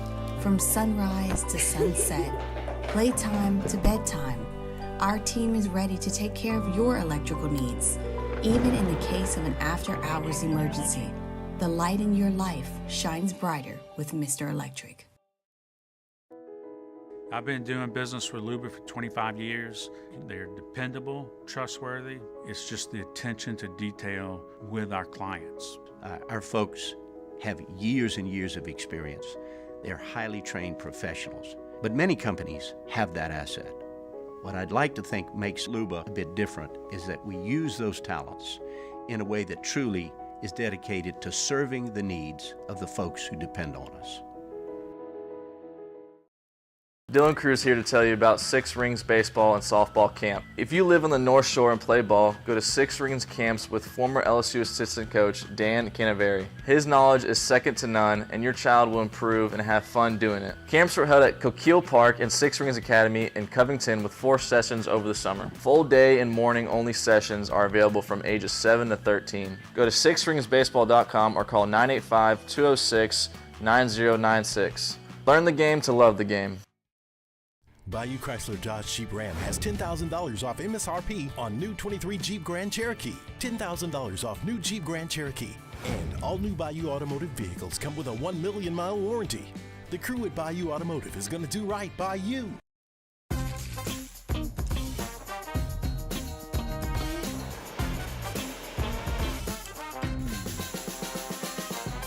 The best kept secret. Join me and Jimmy Ott for the Thursday edition of Live at Lunch from Jolie Pearl Oyster Bar and Town Square Pizza. Dwayne Colucci and Paul Nolan will be with us live at lunch, 11 a.m. weekdays on 104.5 ESPN Baton Rouge.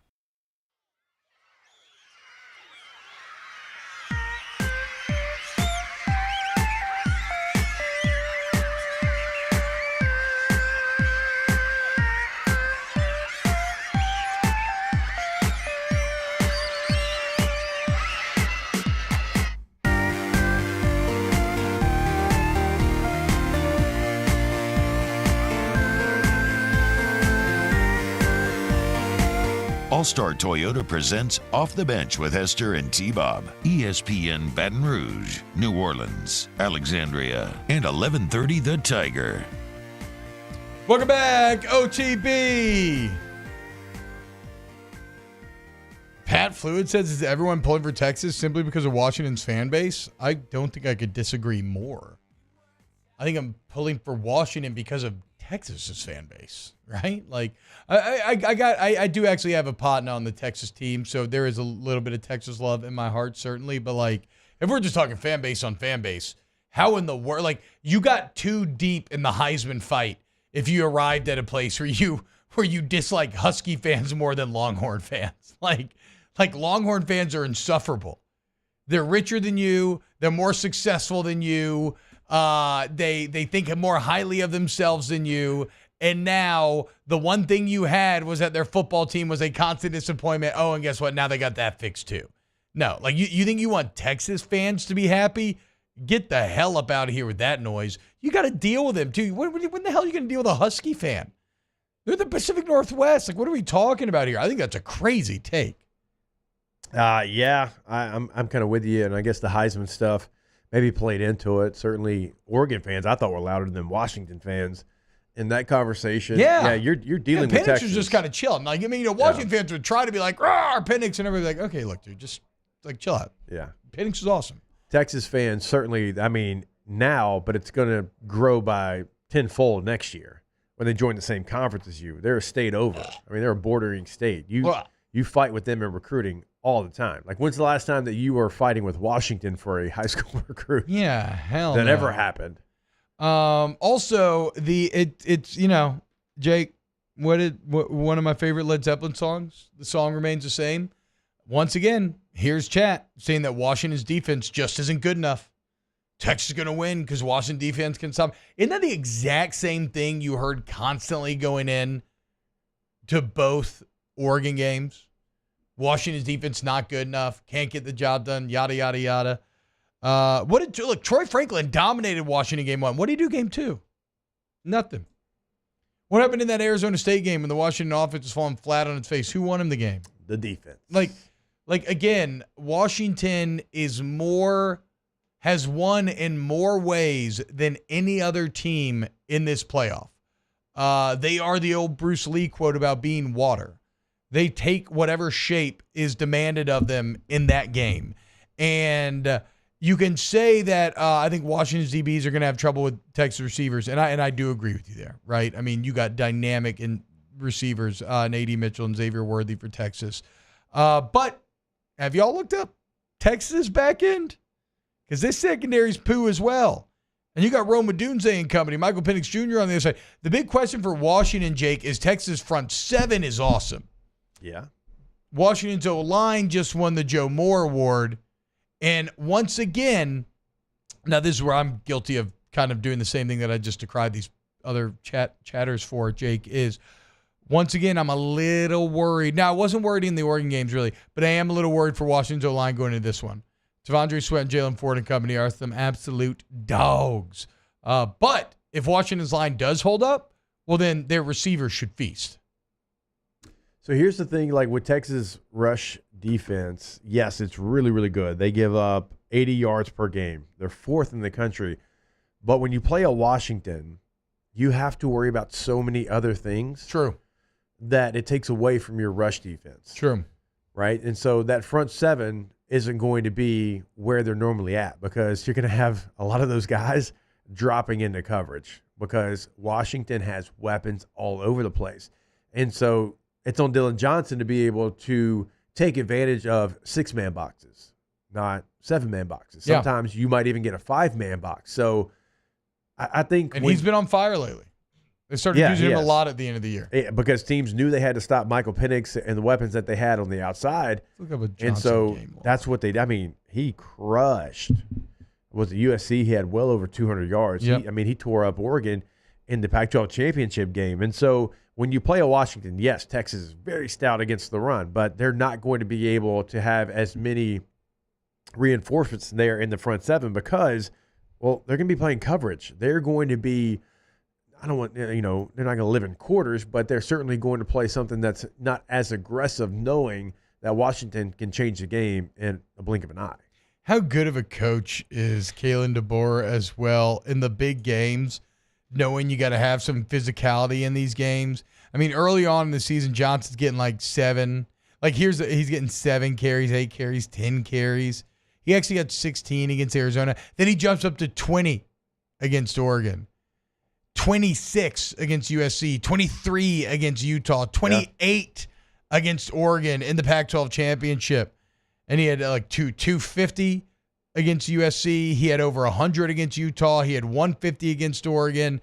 So, yeah, Dylan Johnson. Like Washington putting the tape out there was saying, okay, you're going to have to respect both, right? And even though Texas is very talented, I don't know if they're ready for both. And I would give, again, the same coaching advantage that I gave to Kalen DeBoer over Dan Lanning, I once again extend to Kalen DeBoer over Steve Sarkisian. Kalen DeBoer has won championships. He's won big game after big game. He's won 1 million games in a row. The bottom line is this cat knows what it takes to win in these tight situations. And sometimes it's, it is relying on a defense that others doubt. It is being willing to run the ball when people say that you can't.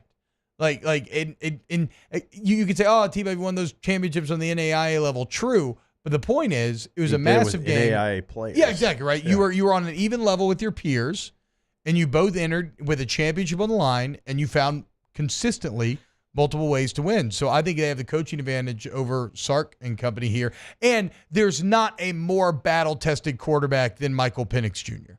Like, this man loves clutch crunch time. Whether it's needing a first down to extend the drive to end the game, needing a score. I still go back to him freestyling on the sidelines about how they're going to come back in that first Oregon game. Like, this man is not scared. He has ice in his veins. And Ewers, I'm not saying Ewers is scared either because, they were losing Alabama at the beginning of that fourth quarter. Like Ewers, and remember, when he burst onto the scene last season, the whole deal was he came out there and was just like bombing it. But we also have seen him look really discombobulated and disappear at times. And even in the games in which Penix has disappeared, he still made the plays at the end of the game. The same cannot necessarily be said for Ewers. So I think coaching and quarterback go to Washington. Intangibles to Washington. Overall talent still goes to Texas. So I played in Denver with Texas DB coach, and I'm going to mess with him. I want to text him and be like, hey, y'all going to play cover 1 18% of the time like y'all been playing all year long? Because, again, like that's who Texas was. And so when you have that good rush defense, you're like, hey, we're manning. We're manning across the board, one high safety, like giddy up. And that's how you're able to be so stout against the run because, look, you trust your guys against whoever you've played. You can't do that against Washington. No. Because, I mean, other coverages, like they kind of split it between cover 3 and quarters, but, like, look, 18% of the time to play cover 1, that's aggressive. Mm-hmm. And they're not going to do that, I don't think, against Washington. So you will see a little bit different way of going about it than they've done this entire season. Like, which group of receivers do you think is the best maybe that Texas has played? Would you say Alabama? No.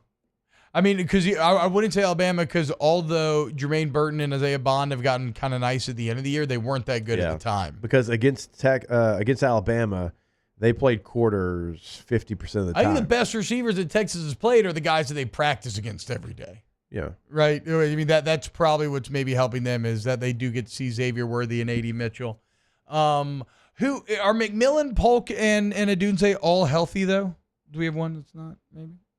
I thought everybody was going to be healthy for the semifinal. I like Washington here. I know one of these two picks is probably going to go right, but I like Washington to beat Texas as well.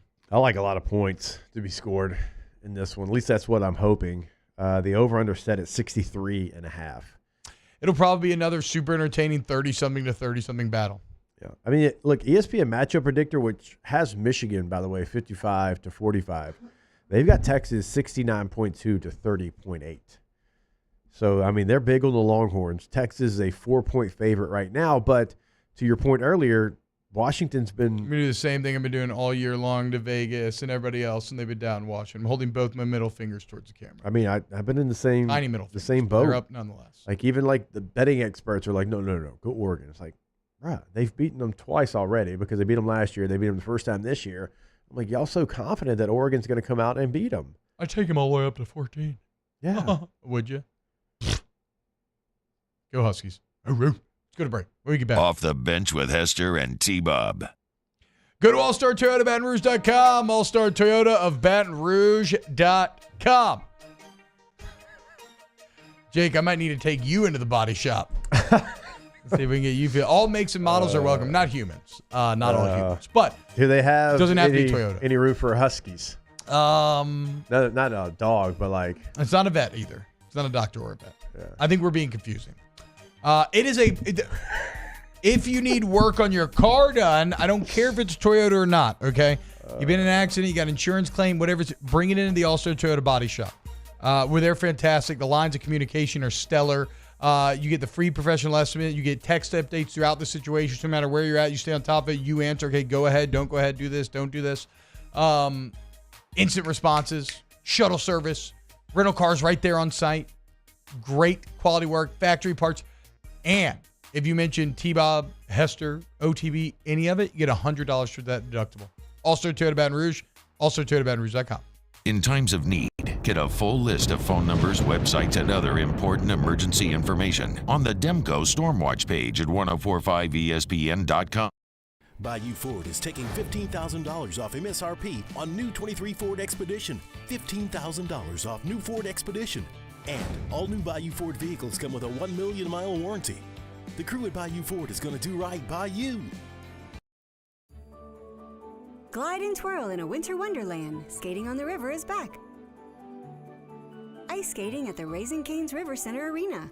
December 18th through 31st. Visit RaisingCanesRiverCenter.com for scheduled times, dates, and to purchase tickets. Sponsored by Fox 44, NBC Local 33, Guarantee Media, and Acadian Ambulance. Moon Griffon is back. The voice of Louisiana politics makes his return to Baton Rouge. Catch the Moon Griffon Show weekdays from 9 to 11 a.m. on Talk 107.3.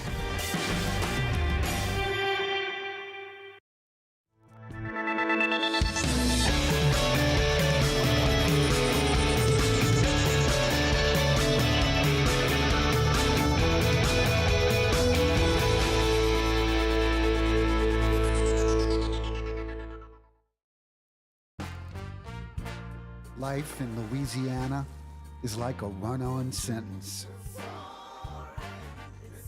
A poem that doesn't rhyme. Life is here, now. For life's moments, big and small, always there. The right card, the right care. At Relief Windows, we're more than windows. We're windows, doors, hardy plank, and vinyl siding. But our number one product is always customer satisfaction. Visit us online at reliefwindows.com. Yo, Jake here from my friends over at Community Steel Company located in Gonzales, Louisiana. The local place you can turn to for all of your metal building needs. Notice I said local, not Houston, not Dallas, not Atlanta, but right here in Gonzales. Visit them at their brand new state-of-the-art website at communitysteelco.com or pick up the phone and give them a call today to answer all of your questions on your metal buildings, roofing and sheet metal, and any other steel needs you or your business need at 225-647-2020. The importance of doing this Fortified program and offering it to people down here is, number one, the only real chance you're going to get to do this is when you put on a new roof or build new. And through companies like HUDCO, who's kind of leading the way in this thing, it's going to offer the customers a huge advantage in the insurance market and the price of their insurance. Join me for a Thursday edition of the Hunt Palmer Show presented by Rouse's. Luke Johnson on the Saints, Chris Blair on the Tigers, getting ready for LSU, Wisconsin, and the college football playoff. Hunt Palmer Show, 1 to 3 weekdays, 104.5 ESPN, Baton Rouge. The bullet, Stephen Boston!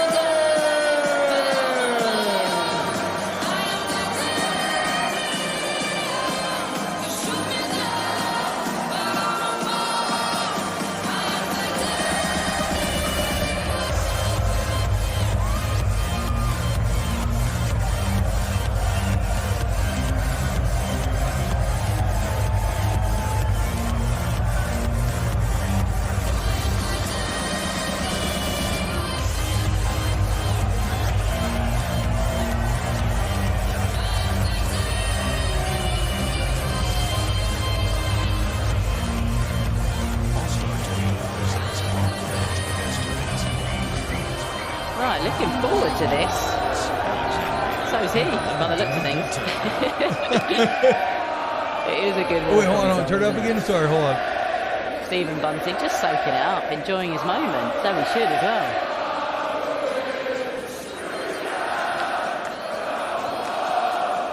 Oh my God. Okay, you can turn down. So if you're not watching online, you're probably like, what's all that noise? Why isn't this just a song?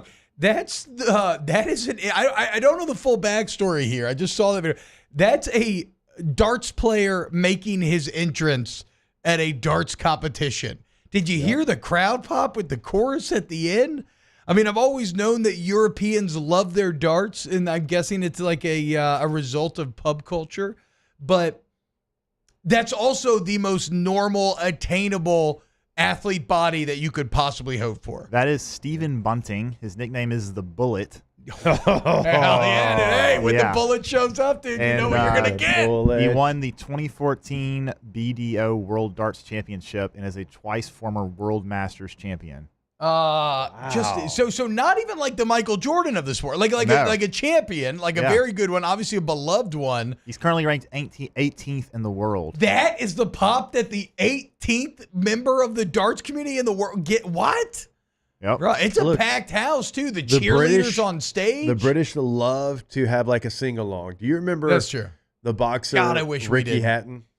Well, it's no, probably not a really, famous no. footballer, but I mean Ricky Hatton. Ricky like, Hatton, yeah. There's only one Ricky Hatton. Like every time, like he would come into the ring, and everyone in the arena would sing it. Like he had his own song that they would sing. I mean, it's just like soccer, hooligans, like whatever they have their chants. Like I get sad that we don't have sing along culture, man. It sucks. It's like in Beer Fest when they're over there drinking and all the different countries are singing. And they turn to the Americans. They're like, 99 bottles of beer on the wall. And it's like, damn, you just killed it. I mean, how fun would it be to go out with your friends, fellas, or the ladies, and just all start belting out songs together on the way home? Like on his Wikipedia page, it has darts information. It says he's been playing since '97. He's right-handed, and his walk-on music is "Titanium" by David Guetta. Well, man, he's got walkout music, man. I mean, the whole crowd was singing it. Yeah, I think actually that could be a fun summer bit. Just spending an entire day combing through the best darts moments. So the current number one world ranked darts player is Michael Smith, who's also from England, and his walk-on music is "Shut Up and Dance" by Walk the Moon. What interesting choices Yeah. out of these guys. I think they're just trying to find anthemic songs that the crowd can sing to. Yeah. I mean, yeah, for sure. Like good bar songs, maybe. Yeah. Yeah. Y'all ever hit a triple 20? No. Did y'all know that triple 20 is what you're looking for mainly over a bullseye? Yes. Okay. Yes. I didn't know. Did you know that, Jay? No. You ever played darts? Yeah. Yeah. It depends on what your game you're playing. If you're playing. But like they play the game. I don't know much about darts, right? But you start with what, like 500 or whatever, and you got to work your way down, right? Yeah, there's that one, and then there's cricket, which cricket is where you have to hit each. Cricket's a sport with the it's kind of like baseball. Well, it's got like the bat and the wicket and everything. I'm aware, but there is a game there's a game in darts called cricket where you have to hit each number. Take it back. How do you have so many how do you have so much random sports knowledge? You were also telling us about an Indian sport of tag, basically, which is the country's second largest. I just have a lot of random knowledge for everything, but sports included mostly. Are you a general studies major? No, I wasn't actually. You have 3 minors? I was, because I too had a thirst for knowledge in various fields. Oh yes, there's we got a major? video right here of Michael Smith. My major is Michael Smith. Yeah, that's The him. Shut Up and Dance guy. Yeah, let's see if Okay, get we the got to audio see this in. next. We'll see this on the way back. Okay. More OTB, Yeah. hour 3 next. Off the Bench with Hester and T-Bob. Follow us on Twitter at 1045ESPN to cast your vote in the Citizens Bank and Trust poll of the day. Vote daily inside Off the Bench, live at lunch, Hunt Palmer. And after further review, Citizens Bank and Trust brings you the poll of the day via Twitter at 1045ESPN. The world's leaders in obesity research, obesity medicine, and obesity science are right here. We're doing something that no one's ever done or trying to answer a question that no one's ever asked before. Pennington is a real jewel when it comes to research. We are finding the solutions to the world's worst chronic disease, which is obesity. Louisiana needs Pennington Biomedical.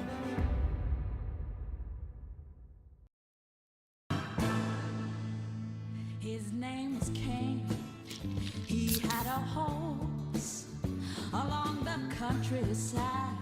I saw him ride. One day they found him. Thank you, Acadiana, for over 56 years of allowing Corval Toyota in Opelousas to take care of you and your automotive needs. Enjoy this holiday season with family and friends. From the Corval Toyota family to yours, Merry Christmas and Happy New Year. Electricity is all around us, and our families depend on it.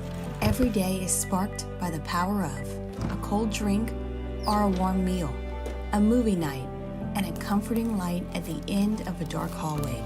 From sunrise to sunset, playtime to bedtime, our team is ready to take care of your electrical needs, even in the case of an after-hours emergency. The light in your life shines brighter with Mr. Electric. Would a couple that just came from a couples massage have any use for the massage seats of the Infiniti QX60? Yes, it appears they would. With driver and passenger massage seats, mute all your notifications and feel infinitely you.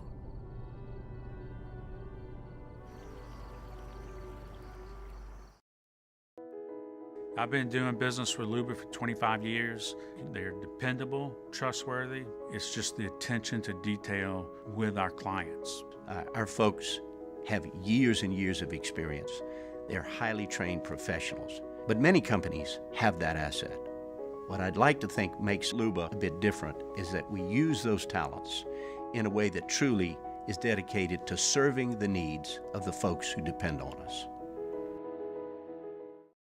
Dylan Cruz here to tell you about Six Rings Baseball and Softball Camp. If you live on the North Shore and play ball, go to Six Rings Camps with former LSU assistant coach Dan Canaveri. His knowledge is second to none, and your child will improve and have fun doing it. Camps are held at Coquille Park and Six Rings Academy in Covington with 4 sessions over the summer. Full day and morning only sessions are available from ages 7 to 13. Go to sixringsbaseball.com or call 985-206-9096.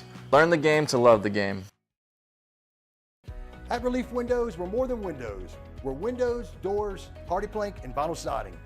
But our #1 product is always customer satisfaction. Visit us online at reliefwindows.com. Oh, by the way, we do shutters too.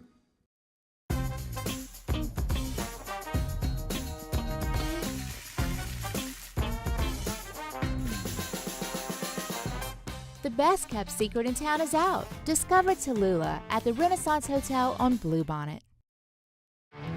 There it is, the extra mile, on the border of expected and extraordinary, for those willing to.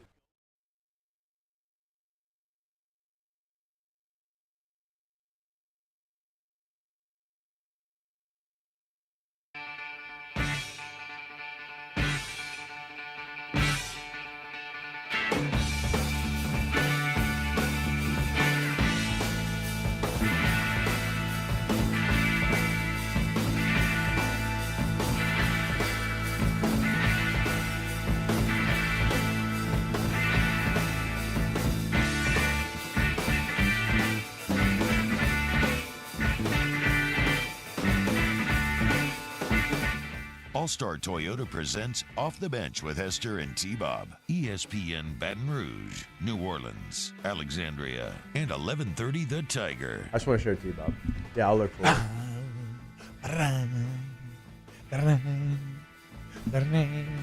Wow, wow, wow. Wow, wow, wow. Wow, wow, wow. Wow, wow. Here we go. I can't tell if this is rock or country or. It's definitely rock. Yeah, but it's got like a little bluegrass feel to it. Yeah. All right. Good callback. Back. Is there any other Song band? remains the same. Is there any other band that has a million songs that are awesome that you can't know the name of this? The only way you know the name of the song is if you just know it because it's not actually any of the lyrics. Yeah, that's actually like a very Led good Zeppelin call. has so many songs like that where it's the title has nothing True. nothing to do with the lyrics. I mean, it's got a little bluegrass feel to it, though. Well, that's even like there's one part of the Nutcracker in the Dolls dance when it hits this random it's just I can't explain it. It's good. Even though this is Tchaikovsky composing in the 19th century, in the 1800s, it has this like random country hoedown sort of feel. I can find you the clip. It's funny to watch how, I don't know, music evolves. Also, this song has just a lot of different vibes that it goes through. Yeah. And isn't it, what's it, like 14 minutes long or 7 minutes long or something? It's 6 minutes. Okay, long, 7 minutes. Do we Or like 6 a good intro to like a good song? In which way? Just like a good 2 to 3 minute, like I'm going to slow play myself Right. into before I say a word. Also, Led Zeppelin. Another thing of Led Zeppelin, they like to do that. That's a lot of those I like classic those. rock kind of drug infused times. Yeah, they were just Pink Floyd, like a slow, yeah. ominous build. I mean, I like it if I'm of the right mind to really engage with it. And I certainly like it if I'm at the concert.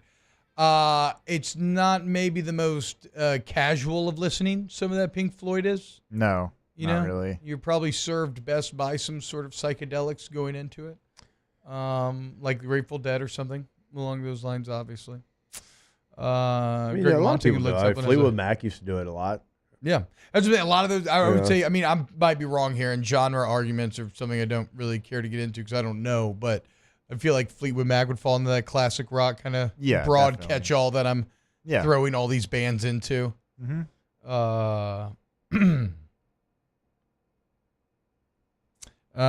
does have a few songs that it absolutely categorizes as country, says Matt C. Black Country Woman, Hot Dog, Going to California. Going to California is fantastic. Battle of Evermore is fantastic. I mean, look, Zeppelin has Lord of the Rings lyrics, of course. Of course, they were always going to be my favorite. Also, that's what the canon raised me on. When the Levee Breaks will always be my pregame song to get fired up. You can probably appreciate that driving, just really getting you ready to fight someone.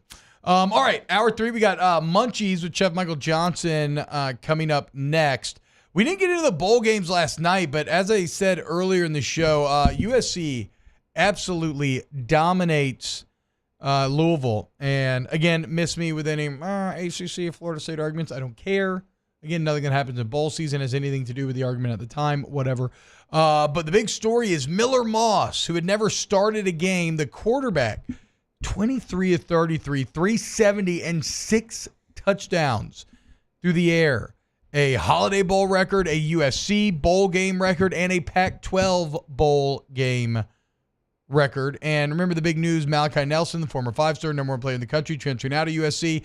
We said at the time, we felt like that was because Lincoln Riley basically said, no, you're like, Moss is better, right? And, well, this would maybe speak to some confirmation of that, Jake. Like, all of a sudden, the quarterback situation at SC, not nearly as dire as it was painted out to be. Yeah, and one thing to remember, Louisville played their guys. Louisville was fired up to be in the Holiday Bowl. Like, it's not like they had a ton of opt-outs. And in fact, USC was a team that had a ton of opt-outs in this matchup. Yeah. And I think Louisville might have had 4, and only 1 was like a true full-time starter. So they had their guys, and they had the coaching staff on both sides of the football, and they were 6.5, I believe, is what it closed at, point favorites. And so USC, they came out and really dominated. Every time Louisville tried to make a run, Miller Moss and company would shut it down. So that was a good showing for USC. Certainly gives them momentum as they head into next season, which, of course, like LSU, will see them the first game next season. And it's interesting. I said this on Snaps. I don't think we had the conversation here, but if you were wanted to go full USC sunshine pumper, and I feel a little bit of this with A&M as well. I know they lost, but I do feel this with them. Did they have a mass exodus? Yes. But is it kind of is it a trimming of the fat? Is it a natural sort of culling of maybe some of the culture that you don't want in your team anyway, right? Like the guys want to leave, well, good riddance. We don't need you here. And maybe that's just being overly optimistic.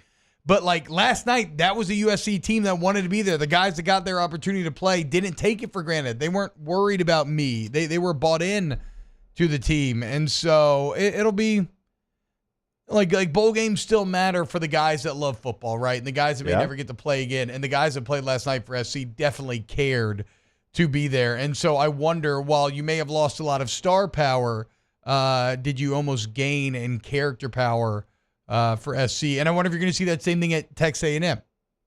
Two teams that really tried to build hard through, come be a star, come make money. Maybe now you still need some of that. You can't completely ignore that, but maybe they kind of lost their way in terms of building the culture. And so now this is almost like a natural rubber band effect. We'll see. Just some interesting food for thought. Going to have a completely new defensive staff, obviously, next year. And I love those hires. I do think some of what you're saying is certainly true about trimming some of the fat. Yeah. And I don't want to call every player into there, but there were some 5-star guys that probably got to campus and were expecting something to be given to them. Yeah. And it wasn't, and they had to go out there and work for it. They weren't the player that they thought they were, and they weren't ready to do the work to be that player. And that's why you see 5-star guys, now 3-star guys in the portal, because they've been evaluated, and that's what the talent evaluators think of their game now. Mm-hmm. And USC's got probably like 5 or 6 of those guys. Like, really, honestly, Tackett Curtis was the only one that kept all of his stars from high school to him entering the portal. So, come on, Tackers. I mean, come on, Homo. it might be something where, you get rid of some of those guys that had a little bit of entitlement. You're bringing a new defensive staff, somebody that's been at UCLA, so he's had to work with less. Not bad players, but less than what USC had talent-wise. It could be a completely different team. I've got a little game for the room to play. Jesse, I don't know. You probably don't follow nearly as much college football as we do. Me and Jake are so deep in the forest, whatever. I have no perspective. Beck, after learning everything that you know today, maybe you will randomly know this. Jake, you might have a shot. Name me one West Virginia football player. The quarterback is the guy who transferred like a million times. It's not JT Daniels anymore. No, it's he runs a lot. It's not Schrader. Schrader plays was for Syracuse. but he was at West Virginia. He transferred from West Virginia. No, Garrett Schrader transferred from Mississippi State. Wait, who am I thinking of? I don't know what I'm thinking. I think you're thinking of Keaton Slovis. Maybe, yeah. But I don't think BYU. Slovis played for West Virginia this year. Yeah. Oh, I can't. Man, that sucks. I know who I know his name, but he is. So the exercise is proving out kind of what I expected. Yeah, I have no answer. I mean, Jake knows more college football than anybody I know. Can you name one West Virginia football player? Okay, I know Devin Carter, the receiver, but he didn't play in the bowl game, I don't think. I did not see his name, but you named one. Yeah, you named one. But I don't think he played the bowl game. It's crazy, and yet Neil Brown, who I thought was a dead man walking, who I was not a fan of, who I constantly yelled at to be fired, he just went 9-4. So West Virginia beats UNC 30-10 in the bowl game, the Mayo Bowl. Neil Brown gets the Mayo bath. He went 9-4 in a year where they lost on a Hail Mary to Houston that had no business happening and blew a 28-point fourth quarter lead against Oklahoma State. Yeah. I mean, we are talking deadly close to 11-2, and you can't name a single player. They sounds like reading off the box score feels like like you're playing NCAA football. Garrett Green threw a 75-yard touchdown. Yeah, Garrett Green, yes. Garrett Green threw a 75-yard touchdown to Traylon Ray. He was also their leading rusher. I knew he was. I know he's a dual threat guy. That's why I knew that. Beanie Bishop Jr. had a 78-yard punt return, interception. Punt return for a touchdown. Michael Hayes with 3 field goals. Oh, you know who we forgot? I remember Cedric Donaldson was their beast running back, but did he play? Cole Taylor, the tight end from LSU. True. Yeah, it doesn't even look like maybe Donaldson played. Maybe he's hurt. Did Cole Taylor? Cole Taylor had 2 catches, 33 yards. Oh, yeah, look at that. There it is. Yep. Well, it says Kellen Taylor. Did he change his name? No, Cole Taylor on West Virginia receiving. No, for some reason the Google box score has Kellen Taylor. Oh, I don't know. He caught 35. He had 35 catches for 444 yards and 4 touchdowns this year. So I guess whatever. The bigger point of this is West Virginia had a tough schedule. Either they were dead in the water, and all of a sudden you look up at 9-4, nearly 10 wins, which means West Virginia will probably give Neil Brown a lifetime contract. I would still avoid any raises or getting too frisky here, West Virginia, but still good on Neil Brown. Going back, and that's a great point about West Virginia. I mean, great job that he's done. I did look up how many people missed for Louisville compared to USC. So Louisville had 4 guys in the portal. Only 1 safety played 200-something snaps, so not even a full-time starter. They did have their top NFL safety, Cameron Kelly. He played in the game. They missed a running back and a receiver, but everybody else played. USC, they had 13 guys miss because they're in the portal.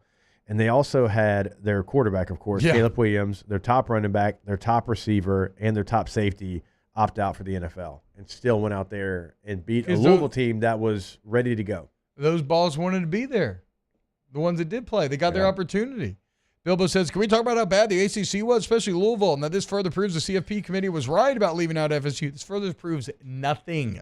Those decisions were made without the future in mind. It was what you had done until that point. I really don't know how hard this point, how this point is so hard for people to grasp. And then when FSU loses to Georgia, you're gonna be like, I told you, that's not the same FSU team. Everybody's opted out. Keon Coleman's now opted out as well. Literally every single FSU NFL player is going to get ready for the league because you broke them. You broke them, playoff committee. I hope you're happy, Pooh Corrigan.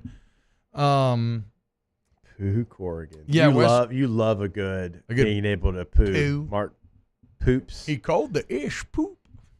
Great Billy Madison quote.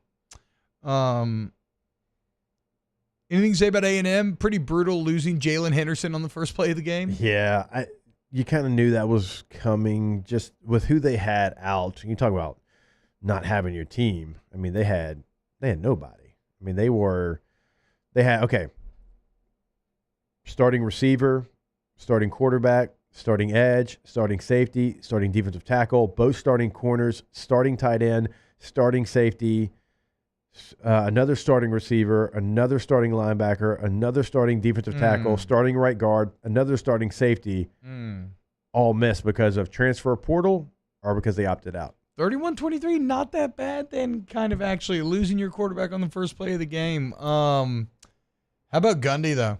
Another 10-win season. God, gosh, for the most Gundy. Improbable 10-win season after getting your ass whipped against South Alabama at home, and then getting beat like they did against UCF, 45-3, I think it was. Yeah, 45-3. Yeah, and you still find a way to win 10 games. And then how about despite all the incredible offenses we've seen at Oklahoma State through the year at times, this year was not one of them. No. But Alan Bowman last night became the first Cowboy ever to throw for 400. Alan Bowman, Texas Tech. How crazy is that? That's even hard to believe. I know. No Mason other. Rudolph, and you had Whedon at quarterback. Whedon, he was like 20. He was like 28 playing He's quarterback at least there. 36. Never hit 400. Dude, they had Oklahoma State last night. You had Mike Gundy at quarterback in a year that has he had been Thurman Thomas and Barry Sanders. So defined by Ollie Gordon running the ball. Last night they had two receivers with at least 10 grabs and 150 to the air. Nobody's done that in a bowl game since 1996. Gundy is such a weird coach.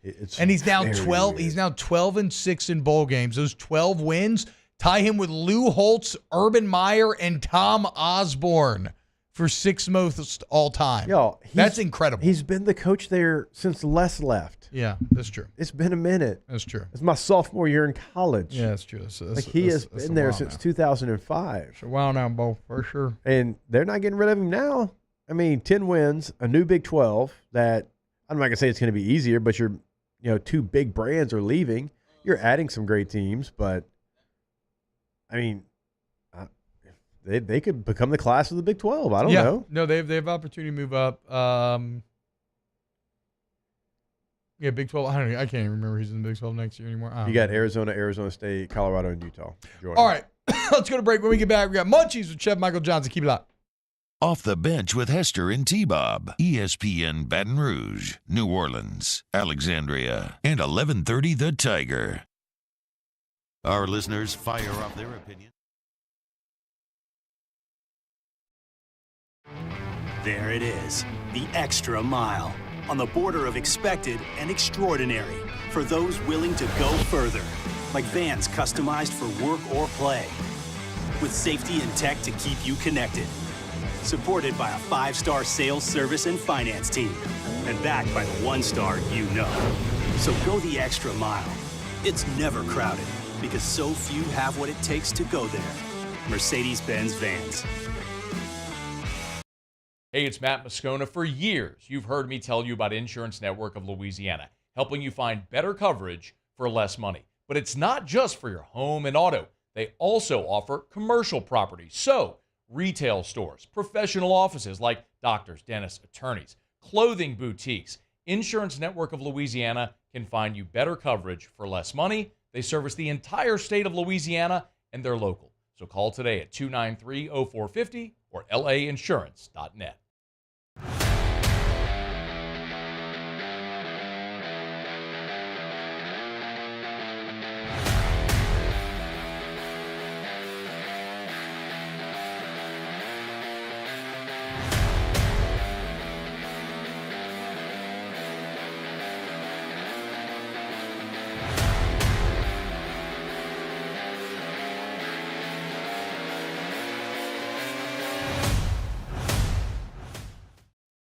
Electricity is all around us, and our families depend on it.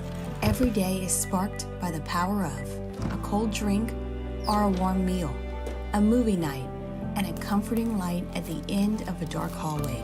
From sunrise to sunset, playtime to bedtime, our team is ready to take care of your electrical needs. Even in the case of an after-hours emergency, the light in your life shines brighter with Mr. Electric. The interior of an Infiniti is thoughtfully designed to be all about you. And by you, we mean every version of you. Because there's luxury you can feel, and there's luxury that lets you feel. Infinitely you.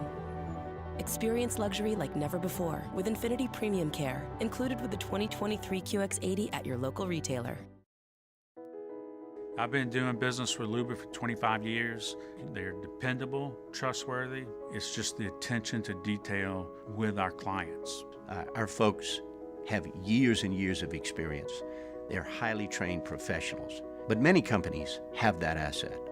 What I'd like to think makes Luba a bit different is that we use those talents in a way that truly is dedicated to serving the needs of the folks who depend on us.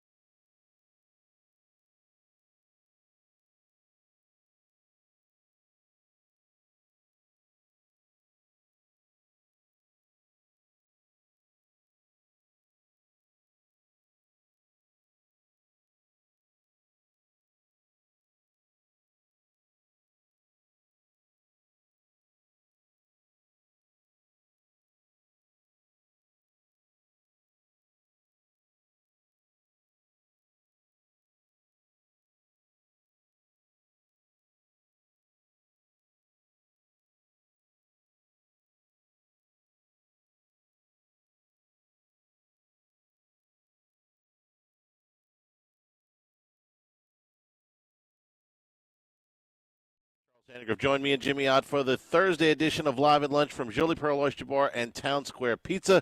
Dwayne Colucci and Paul Nolan will be with us live at lunch, 11 a.m. weekdays on 104.5 ESPN Baton Rouge.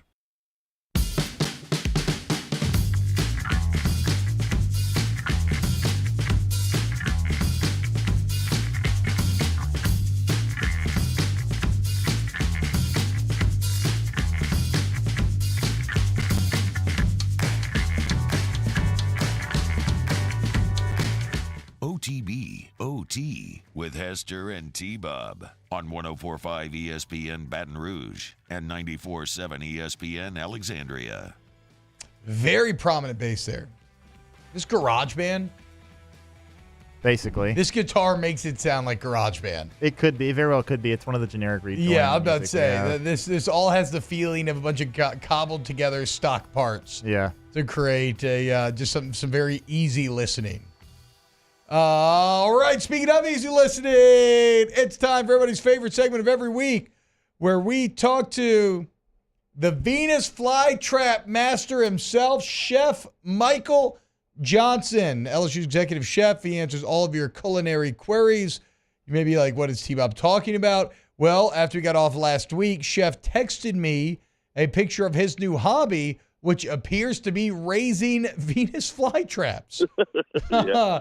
Chef, how does one, as you know, you're constantly grinding, working, everything else, how does one find their way into a Venus flytrap hobby? You know, it's just one of those things that requires a lot of details, an eye for details and stuff, and it takes some attention and care, and it's not for the faint of heart. Like, it's easy to kill a Venus flytrap, and watching them eat a fly is just, flies are dirty little creatures. So I never thought about that. As a chef, do you have like a lifelong rivalry with flies? Like, sure, because you have to deal with them constantly. It's a carnivorous plant, man. And I have a lot of respect for that. Instead of getting its nutrients from the ground, like it's somewhat of a hunter, if you will. You know, and it's got to be patient, and you know, like I like that. Yeah. So you're telling me that you grew up loving Little Shop of Horrors with Rick Moranis? Bro, I didn't finish it. I watched the first half of that not long ago. Fantastic movie. Yeah. Fantastic yeah, it is movie. too, yeah. Chef, so last one on the fly trap, how does one feed a Venus flytrap? Because I am, like, how often? I am very curious. Yeah, so you only have to feed them like once every 4 months, but I have three fly traps, so I got to catch three flies, and the easiest way to do it is to like take a wing off so they can't fly out of the deal, and then they kind of bounce around in the terrarium until one of the mouths finds it. But you know, it's not a perfect deal. You can also take like a little piece of thread and tie it easily around the fly and dangle it down in there until it trips the trap, because it takes the finesse, you know, like, and you don't want to do it falsely, because too many opens and closes. The plant has a finite amount of energy, so if you do it falsely too many times, you know, you can kill the plant. So wait, so that's interesting. So you can't just drop the fly in there; it has to kind of fly in more naturally. It will not eat a dead fly. You know what I mean? Like it has. It requires it requires the fly to be alive, and it has to brush across at least two of the little sensors, sensory deals on the trap. But I'm gonna tell you, when it closes, and it's an interesting process, because like it has a chemical that just eats away at the fly. Yeah, it melts them down. Yeah, it's crazy, and you can see this kind of solid turn to a liquid, and it like there's a little like shadow of liquid that goes down into the plant that it's pretty interesting looking. What? Just slowly decomposing the live fly in front of your eyes? Yeah. So I guess that technically maybe makes it a hyper predator, maybe not technically, but in some way a hyper predator, which I've always talked about with pelicans. They're one of the few animals that, again, eats their prey while they are still alive. Wow. Look, this is why we love Chef Johnson. Always teaching us new things here on Off the Bench. Let's get to some of these. Yeah, like Greg Lamont, Chef just gets more interesting every time he comes on. I agree. Hashtag Munchies. Just got a new smoker for Christmas. Can I get some Louis Armstrong or something underneath Jacob at a nice old level? Hashtag Munchies. Just got a new smoker for Christmas. Any tips for a first-time user?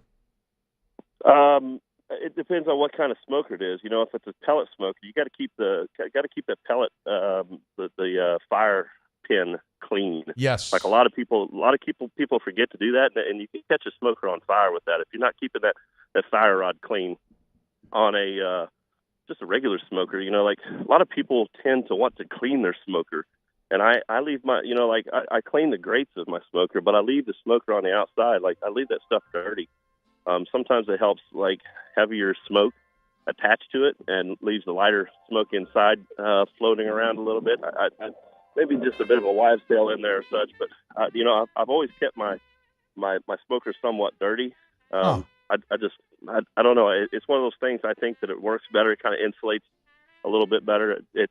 I think that the you know, like the walls of the smoker works better when it's got some soot and stuff on it. So hashtag Munchies. I'm struggling to get that savory flavor of sausage to come through in my gumbo. Any tips to correct that?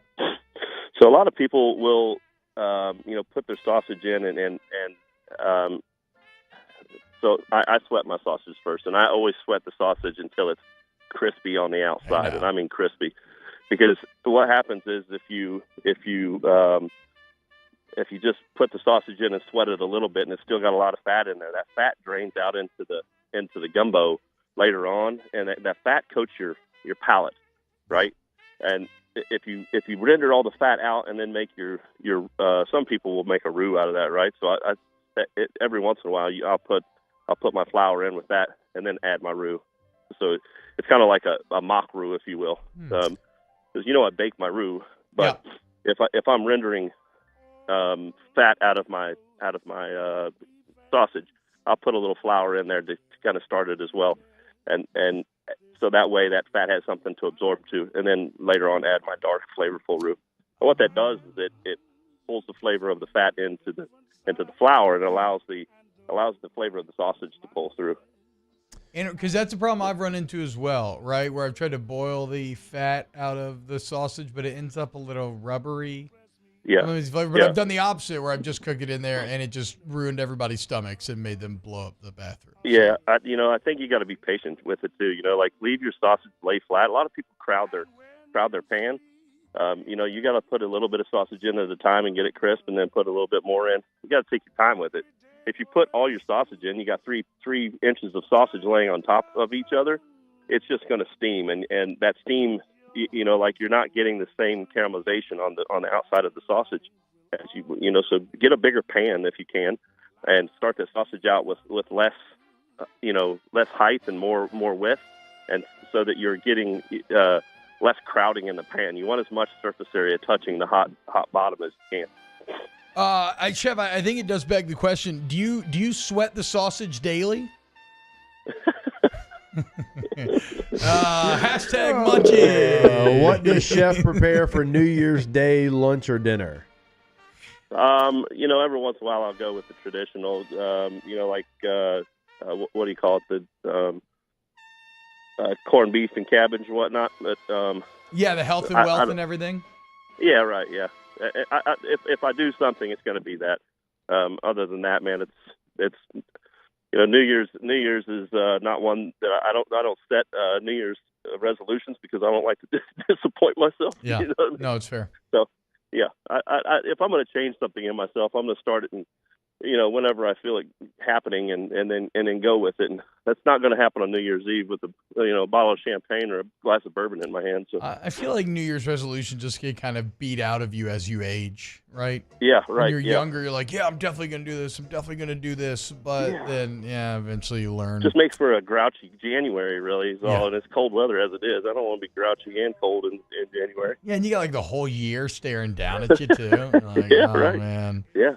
The more then sweaty December comes back around, and then you start thinking about New Year's, and then all of a sudden like, shoot, man, I didn't get done last year. What I did, I'll just avoid all that and eat some corned beef.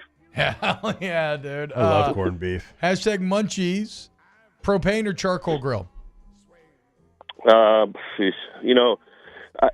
guess charcoal. I like the quick ease of propane. But if I'm looking for some like character in the barbecue, I'll put charcoal and a little wood in there too, so that it's kind of wood fired. I really like I like the flavor of like a pecan or a hickory or a dense wood in with the charcoal, so that it has a little bit more character to it. Hashtag Munchies, favorite citrus to cook with, and what's your favorite meal to make with it?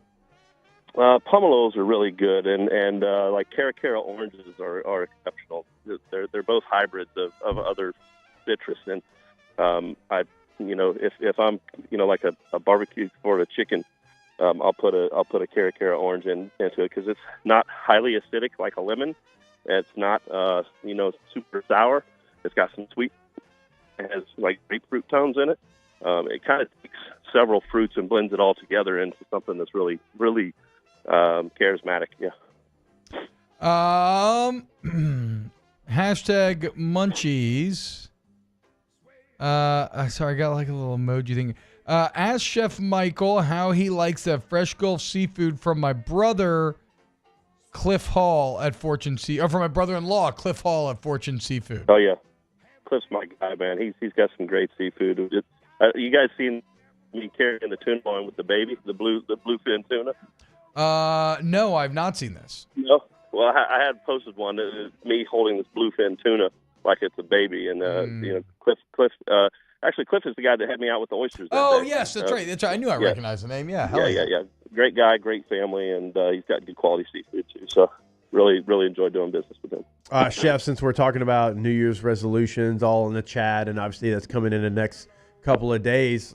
Like, is there maybe an easier way to start that New Year's resolution? Like, as far as what you would, I know meal prep, you lose kind of some of the nutrients of it, and so I'm not a fan of that. Yeah. Like, what would you recommend for somebody that's trying to maybe change and get back on track? It's all about kind of muscle memory, if you will. Like I don't suggest like trying to start it all one day. Yeah. I think you have to prepare for it mentally, and start going through the actions and practicing it. Practice makes perfect. And, practice going to the store is something that requires practice. Don't go while you're hungry. I'm as susceptible as anybody. Once I get to the store and I'm hungry, I'm grabbing stuff that's cooking quick, right? And we're all susceptible to that. So if you go without the hunger pangs, you go and make yourself the list and follow the list and lay it out ahead of time. Everybody thinks they can go to the store and I got this, and then you forget what your list is, and you're getting sidetracked by the bright and shiny new stuff that they have, and the people at the grocery, they have a psychological warfare for getting people to buy stuff that they don't need. So you got to go into the store with a plan, and I think that you have to prepare that ahead of time. Do your research on it and understand what you're trying to accomplish, and get into the mindset of it and start practicing it. As in all things, prior preparation prevents poor performance, especially in the kitchen. Jeff, you're the man. Thank you so much. I guess we will see you in 2024. Very happy holidays. I hope you had a wonderful. How was your Christmas? You had a good one? Good one. Yeah, good. Yeah, I spent it with my kids, all three of my kids, and two boyfriends, and made dinner for them, and I'm actually in Missouri right now brought my kids up here to see my parents, and got a little snow on the way up. It was a pretty shady little drive coming north from Kansas City. Jeff, that's interesting. How did you get your kids to accept the fact that you're dating two men at once? They're very open-minded, man.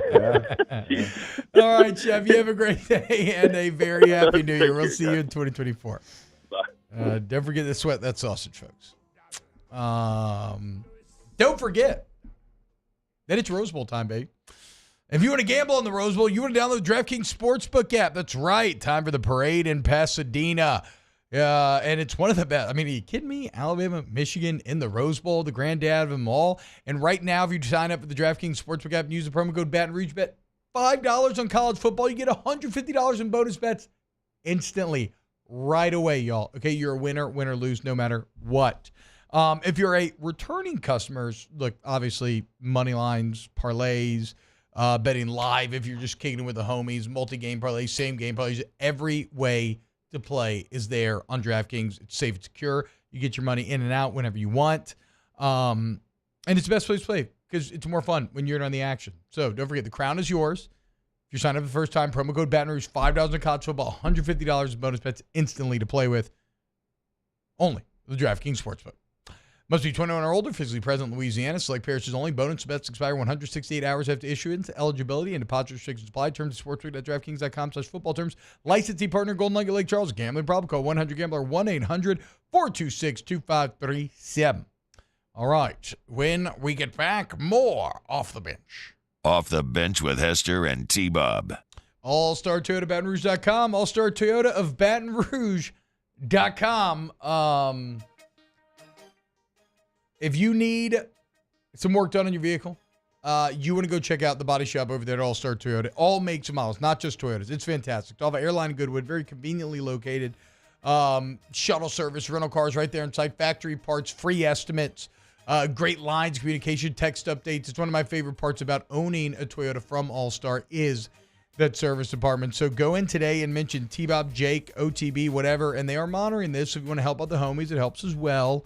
You mention any of that, you get $100 towards your deductible. All-Star Toyota Baton Rouge, allstartoyotabatonrouge.com. And speaking of New Year's, if you're going on a quick trip, always remember per-day rental prices over at All-Star. So go check out what they have available. Remember, the full fleet is available, so go ahead and reserve that vehicle today. You can find all that information on their homepage, allstartoyotaofbatonrouge.com.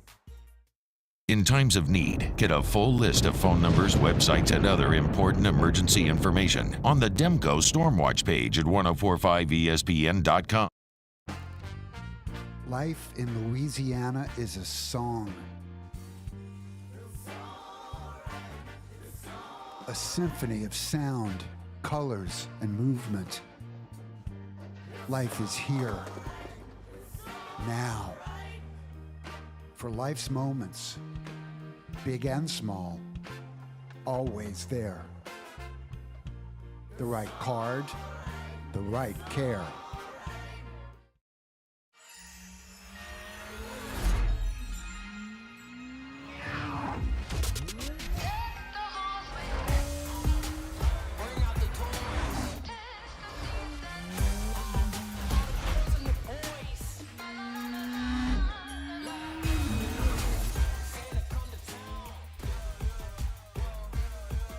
Hurry into your local Acura dealer for the Season of Performance event going on now.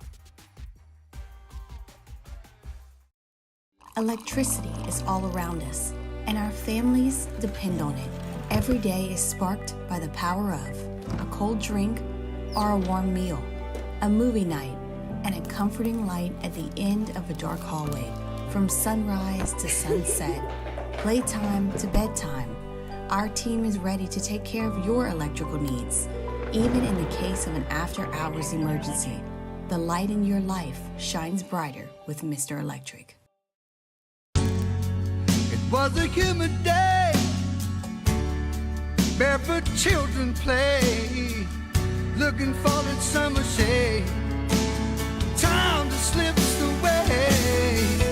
Oh, Louisiana, some kind of hold on me. Like cypress stumps, your roots are planted deep inside of me.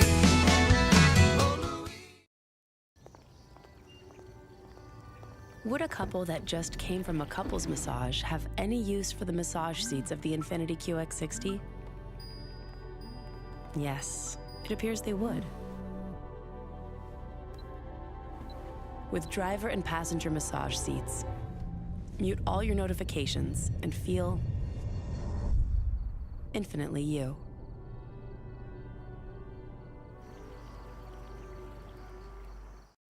Dylan Cruz here to tell you about Six Rings Baseball and Softball Camp. If you live on the North Shore and play ball, go to Six Rings Camps with former LSU assistant coach Dan Canaveri. His knowledge is second to none, and your child will improve and have fun doing it. Camps were held at Coquille Park and Six Rings Academy in Covington with 4 sessions over the summer. Full day and morning only sessions are available from ages 7 to 13. Go to sixringsbaseball.com or call 985-206. Join me for a Thursday edition of the Hunt Palmer Show presented by Rouse's. Luke Johnson on the Saints, Chris Blair on the Tigers, getting ready for LSU, Wisconsin, and the college football playoff.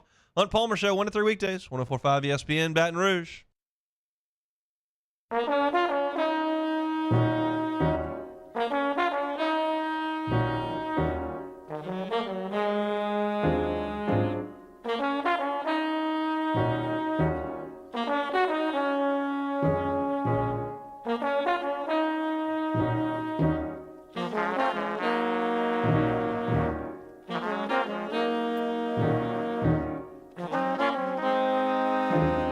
OTB OT with Hester and T-Bob on 104.5 ESPN Baton Rouge and 94.7 ESPN Alexandria.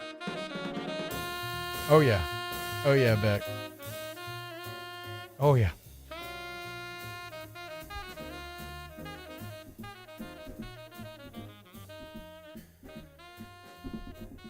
That's what I'm talking about.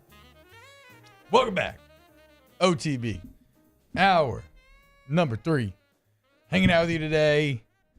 What are we thinking, boys? Today? I think it's Thursday. Thursday? I think it's Thursday. So we have tomorrow's show in which we should continue to break down the upcoming playoff games because everything's going down. Like we'll do tomorrow's show. There is whiskey and wine Monday at Don Juan. So if anybody wants to come and get, you're probably going to be what time's terribly that hungover. game? 11 a.m. Oh boy. Doors open at 10:30. So if you're going to be terribly hungover, okay, because it's going to be after New Year's Eve, you know what the best thing to do is? To come get Hair of the dog? Yeah, a lot of hair of the dog in you at 11 a.m. So I guess what I'm saying is the next time that we're like, we'll be on tomorrow, but then after that, we're not going to talk again until after those.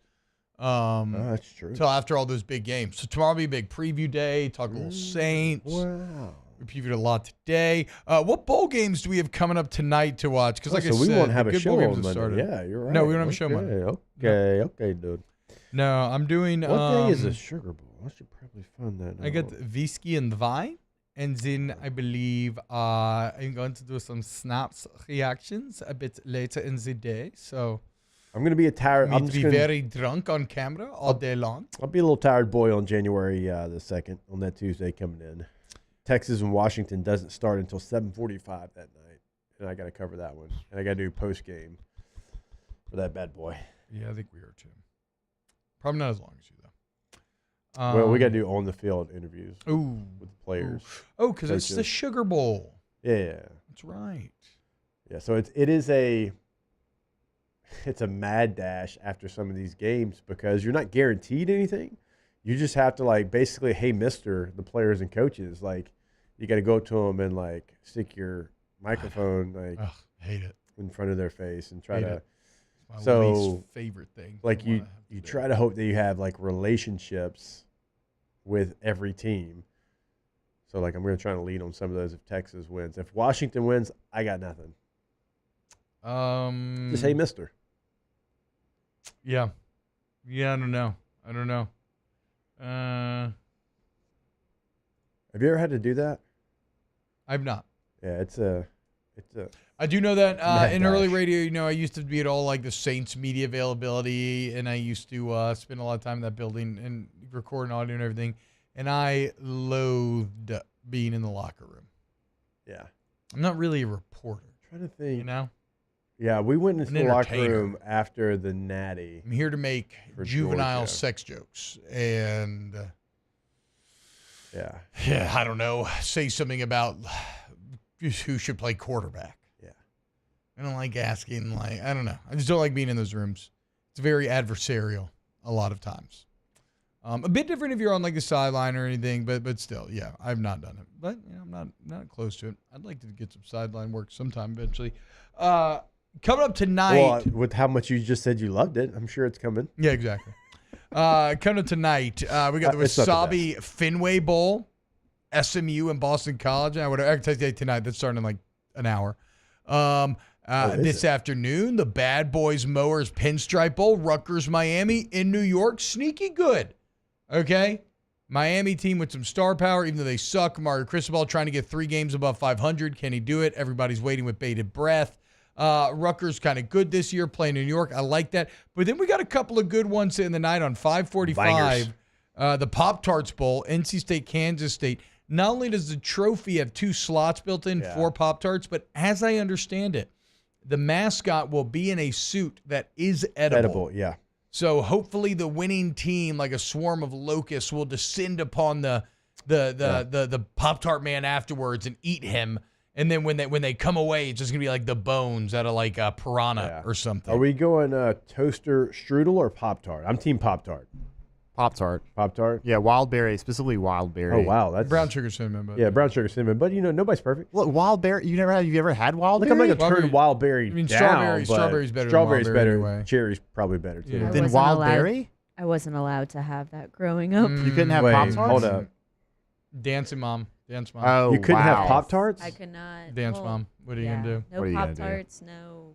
What was the other option? Toaster strudel. Toaster strudel. I actually probably ate None of more that. toaster strudels growing I up. think toaster strudel is more That of like feels like you. I think A Pop little Tarts kind bit, of took but over. also a Pop-Tart inside of cargo shorts that's been there for a minute Oh, also yeah. feels like you. Well, Yeah. Pop-Tarts travel better than toast strudels. Oh, for they could sure. last through a nuclear war. Yeah. I think Pop Tarts kind of took over for our generation, for like my generation. I think we were Pop Tarts mostly. Toaster strudel wasn't as prevalent. I think it was my more in kids like have the had early either. 2000s, like late Kids 90s. Crush a Pop-Tart. So, what were you allowed to have as breakfast? I mean, all protein, like eggs and Eggs, oatmeal, maybe some biscuits because they were easy to grab going to school. maybe some biscuits. Sounds fun. Yeah. Muffins. Yeah. English muffin does have protein. I love English muffins. Yeah. I mean, to So- be fair, they're delicious. Hey, my mom taught me right. Yeah. Hey, look, it's better than ending up, unhealthy and out of shape and slamming true. Pop-Tarts every morning. So, Yeah. I mean, Maybe that's where the Husky genes come in. but how about this as a nightcap? So we have NC State, Kansas State in the Pop-Tart Bowl, a good game. But then Arizona and Oklahoma. It's one of the best games Let's we have. go, dude. Alamo Bowl. Both teams from last year's Alamo Bowl are in the college football playoff, playing each other in the Sugar Bowl. This is where Texas and Washington Oh, were wow. a year ago. Yeah. So, I mean, it's a little springboard. And both these teams, Arizona, and people probably don't appreciate what Arizona did this year. Like in their losses, overtime loss on the road against Mississippi State, overtime loss on the road against USC, and then a one-score loss to Washington. It's a really good football team. And Oklahoma, like this is now the start of Jackson Arnold. Also, if Arizona and Mississippi State played today, Arizona would smash. Yeah. All right, let's go ahead, and when we get back, we'll close out the show with a little Ask the Bench. Off the Bench with Hester and T-Bob. Our listeners fire off their opinions on the... Thank you, Acadiana, for over 56 years of allowing Corval Toyota in Opelousas to take care of you and your automotive needs. Enjoy this holiday season with family and friends. From the Corval Toyota family to yours, Merry Christmas and Happy New Year. Gulf Coast Office Products is a nationally recognized Savin office equipment dealer based right here in Louisiana. Over 100 employees strong, Gulf Coast has the boots on the ground to support all vertical markets from education, engineering, legal, and finance. With the latest in office technology from desktop to production segment units, Gulf Coast and Savin have the perfect fit for you. Call 225-756-2644. That's 756-2644 for Gulf Coast Office Products. At Relief Windows, we're more than windows. We're windows, doors, hardy plank, and vinyl siding. But our number one product is always customer satisfaction. Visit us online at reliefwindows.com.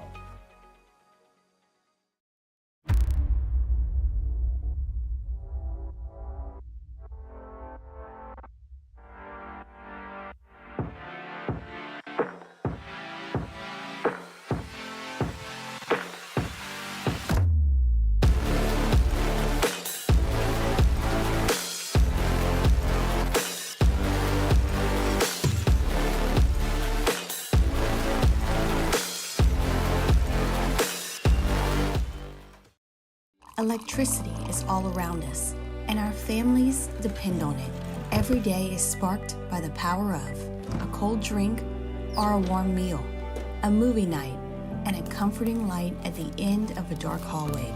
From sunrise to sunset, playtime to bedtime, our team is ready to take care of your electrical needs. Even in the case of an after-hours emergency, the light in your life shines brighter with Mr. Electric. The interior of an Infiniti is thoughtfully designed to be all about you. And by you, we mean every version of you. Because there's luxury you can feel, and there's luxury that lets you feel. Infinitely you. Experience luxury like never before with Infiniti Premium Care, included with the 2023 QX80 at your local retailer. Dylan Cruz here to tell you about Six Rings Baseball and Softball Camp. If you live on the North Shore and play ball, go to Six Rings Camps with former LSU assistant coach Dan Canaveri. His knowledge is second to none, and your child will improve and have fun doing it. Camps were held at Coquille Park and Six Rings Academy in Covington with 4 sessions over the summer. Full day and morning only sessions are available from ages 7 to 13. Go to sixringsbaseball.com or call 985-206-9096. Learn the game to love the game. I've been doing business with Luba for 25 years. They're dependable, trustworthy. It's just the attention to detail with our clients. Our folks have years and years of experience. They're highly trained professionals. But many companies have that asset. What I'd like to think makes Luba a bit different is that we use those talents in a way that truly is dedicated to serving the needs of the folks who depend on us.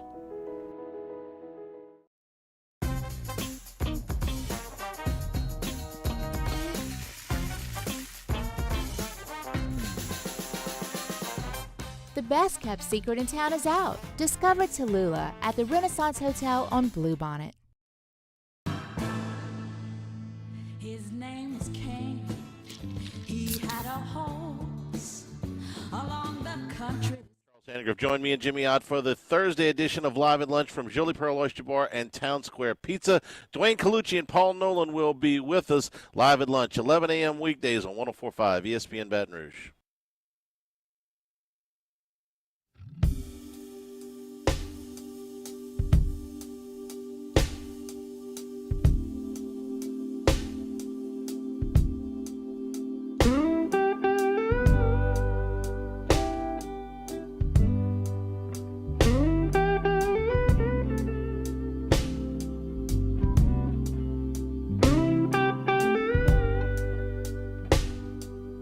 OTB OT with Hester and T-Bob on 104.5 ESPN Baton Rouge and 94.7 ESPN Alexandria.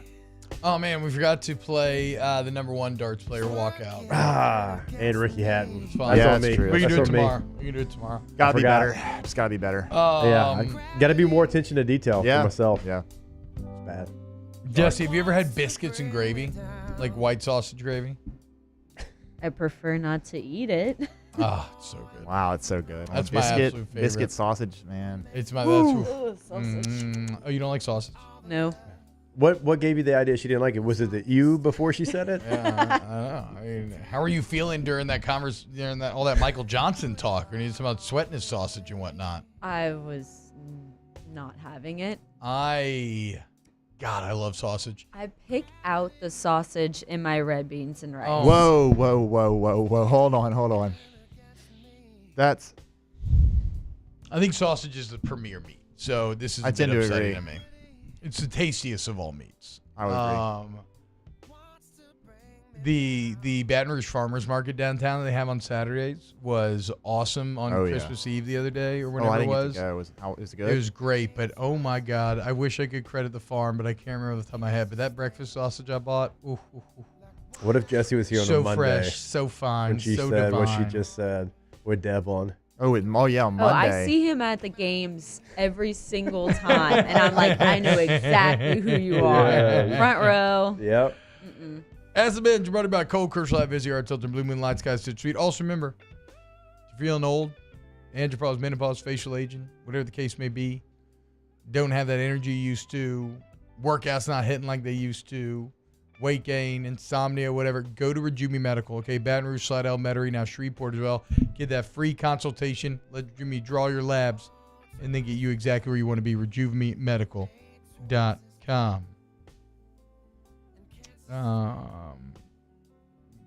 Favorite type of fireworks? I don't know. That's fine. Roman candle?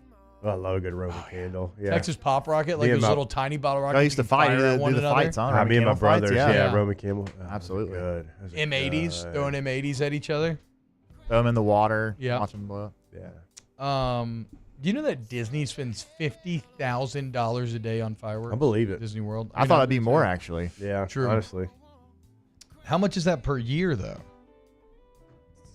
It's a lot. Lots of monies. We have 10 seconds, though, so you know. No, I can get it. Hold on. I can't get it. 5 seconds. Yes, I can. $50 million a year on fireworks. It's Y'all have not. a great day. It's 18 points. Off the bench with Hester and T-Bob. Gulf Coast Bank and Trust is giving our customers the power to bank anywhere, anytime during this challenging event. And we're right there with you. Our mobile banking app is a smart way to manage your money and time. Gulf Coast Bank and Trust, the bank that cares about you. Hey, boat owners, check it out. It is the holiday season, which means it's time to buy yourself a gift by taking your boat to the next level with our friends at Front to Back Boat Service. Now is the perfect time to upgrade your boat and get it ready for that warmer weather, whether that's trolling motors, HD sonar, anything and everything. The Sherman family's been at it for 30 years, and Devin's going to take you through 30 more. Find them on Facebook at Front to Back Boat Service or go to fronttobackboatservice.com. There it is, the extra mile, on the border of expected and extraordinary for those willing to go further, like vans customized for work or play, with safety and tech to keep you connected, supported by a 5-star sales, service, and finance team, and backed by the 1-star you know. So go the extra mile. It's never crowded, because so few have what it takes to go there. Mercedes-Benz Vans. Yo, Jake here from my friends over at Community Steel Company located in Gonzales, Louisiana. The local place you can turn to for all of your metal building needs. Notice I said local, not Houston, not Dallas, not Atlanta, but right here in Gonzales. Visit them at their brand new state-of-the-art website at communitysteelco.com or pick up the phone and give them a call today to answer all of your questions on your metal buildings, roofing and sheet metal, and any other steel needs you or your business need at 225-647-2020. The Windsor Senior Living Community in Mandeville, Louisiana is a beautiful, vibrant apartment community geared toward seniors. They are nestled right in the heart of Mandeville, where seniors live a more carefree lifestyle in spacious apartments with the peace of mind that comes from having a little extra help. Call the Windsor at 985-624-8040 to schedule a lunch and tour. Come see how the Windsor can be your passport to peace of mind.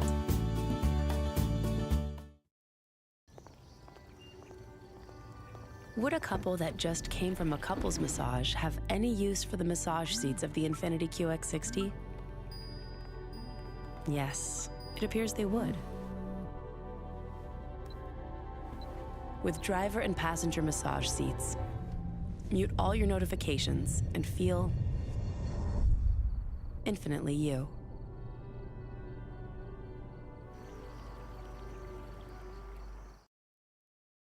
At Relief Windows, we're more than windows. We're windows, doors, hardy plank, and vinyl siding. But our number one product is always customer satisfaction.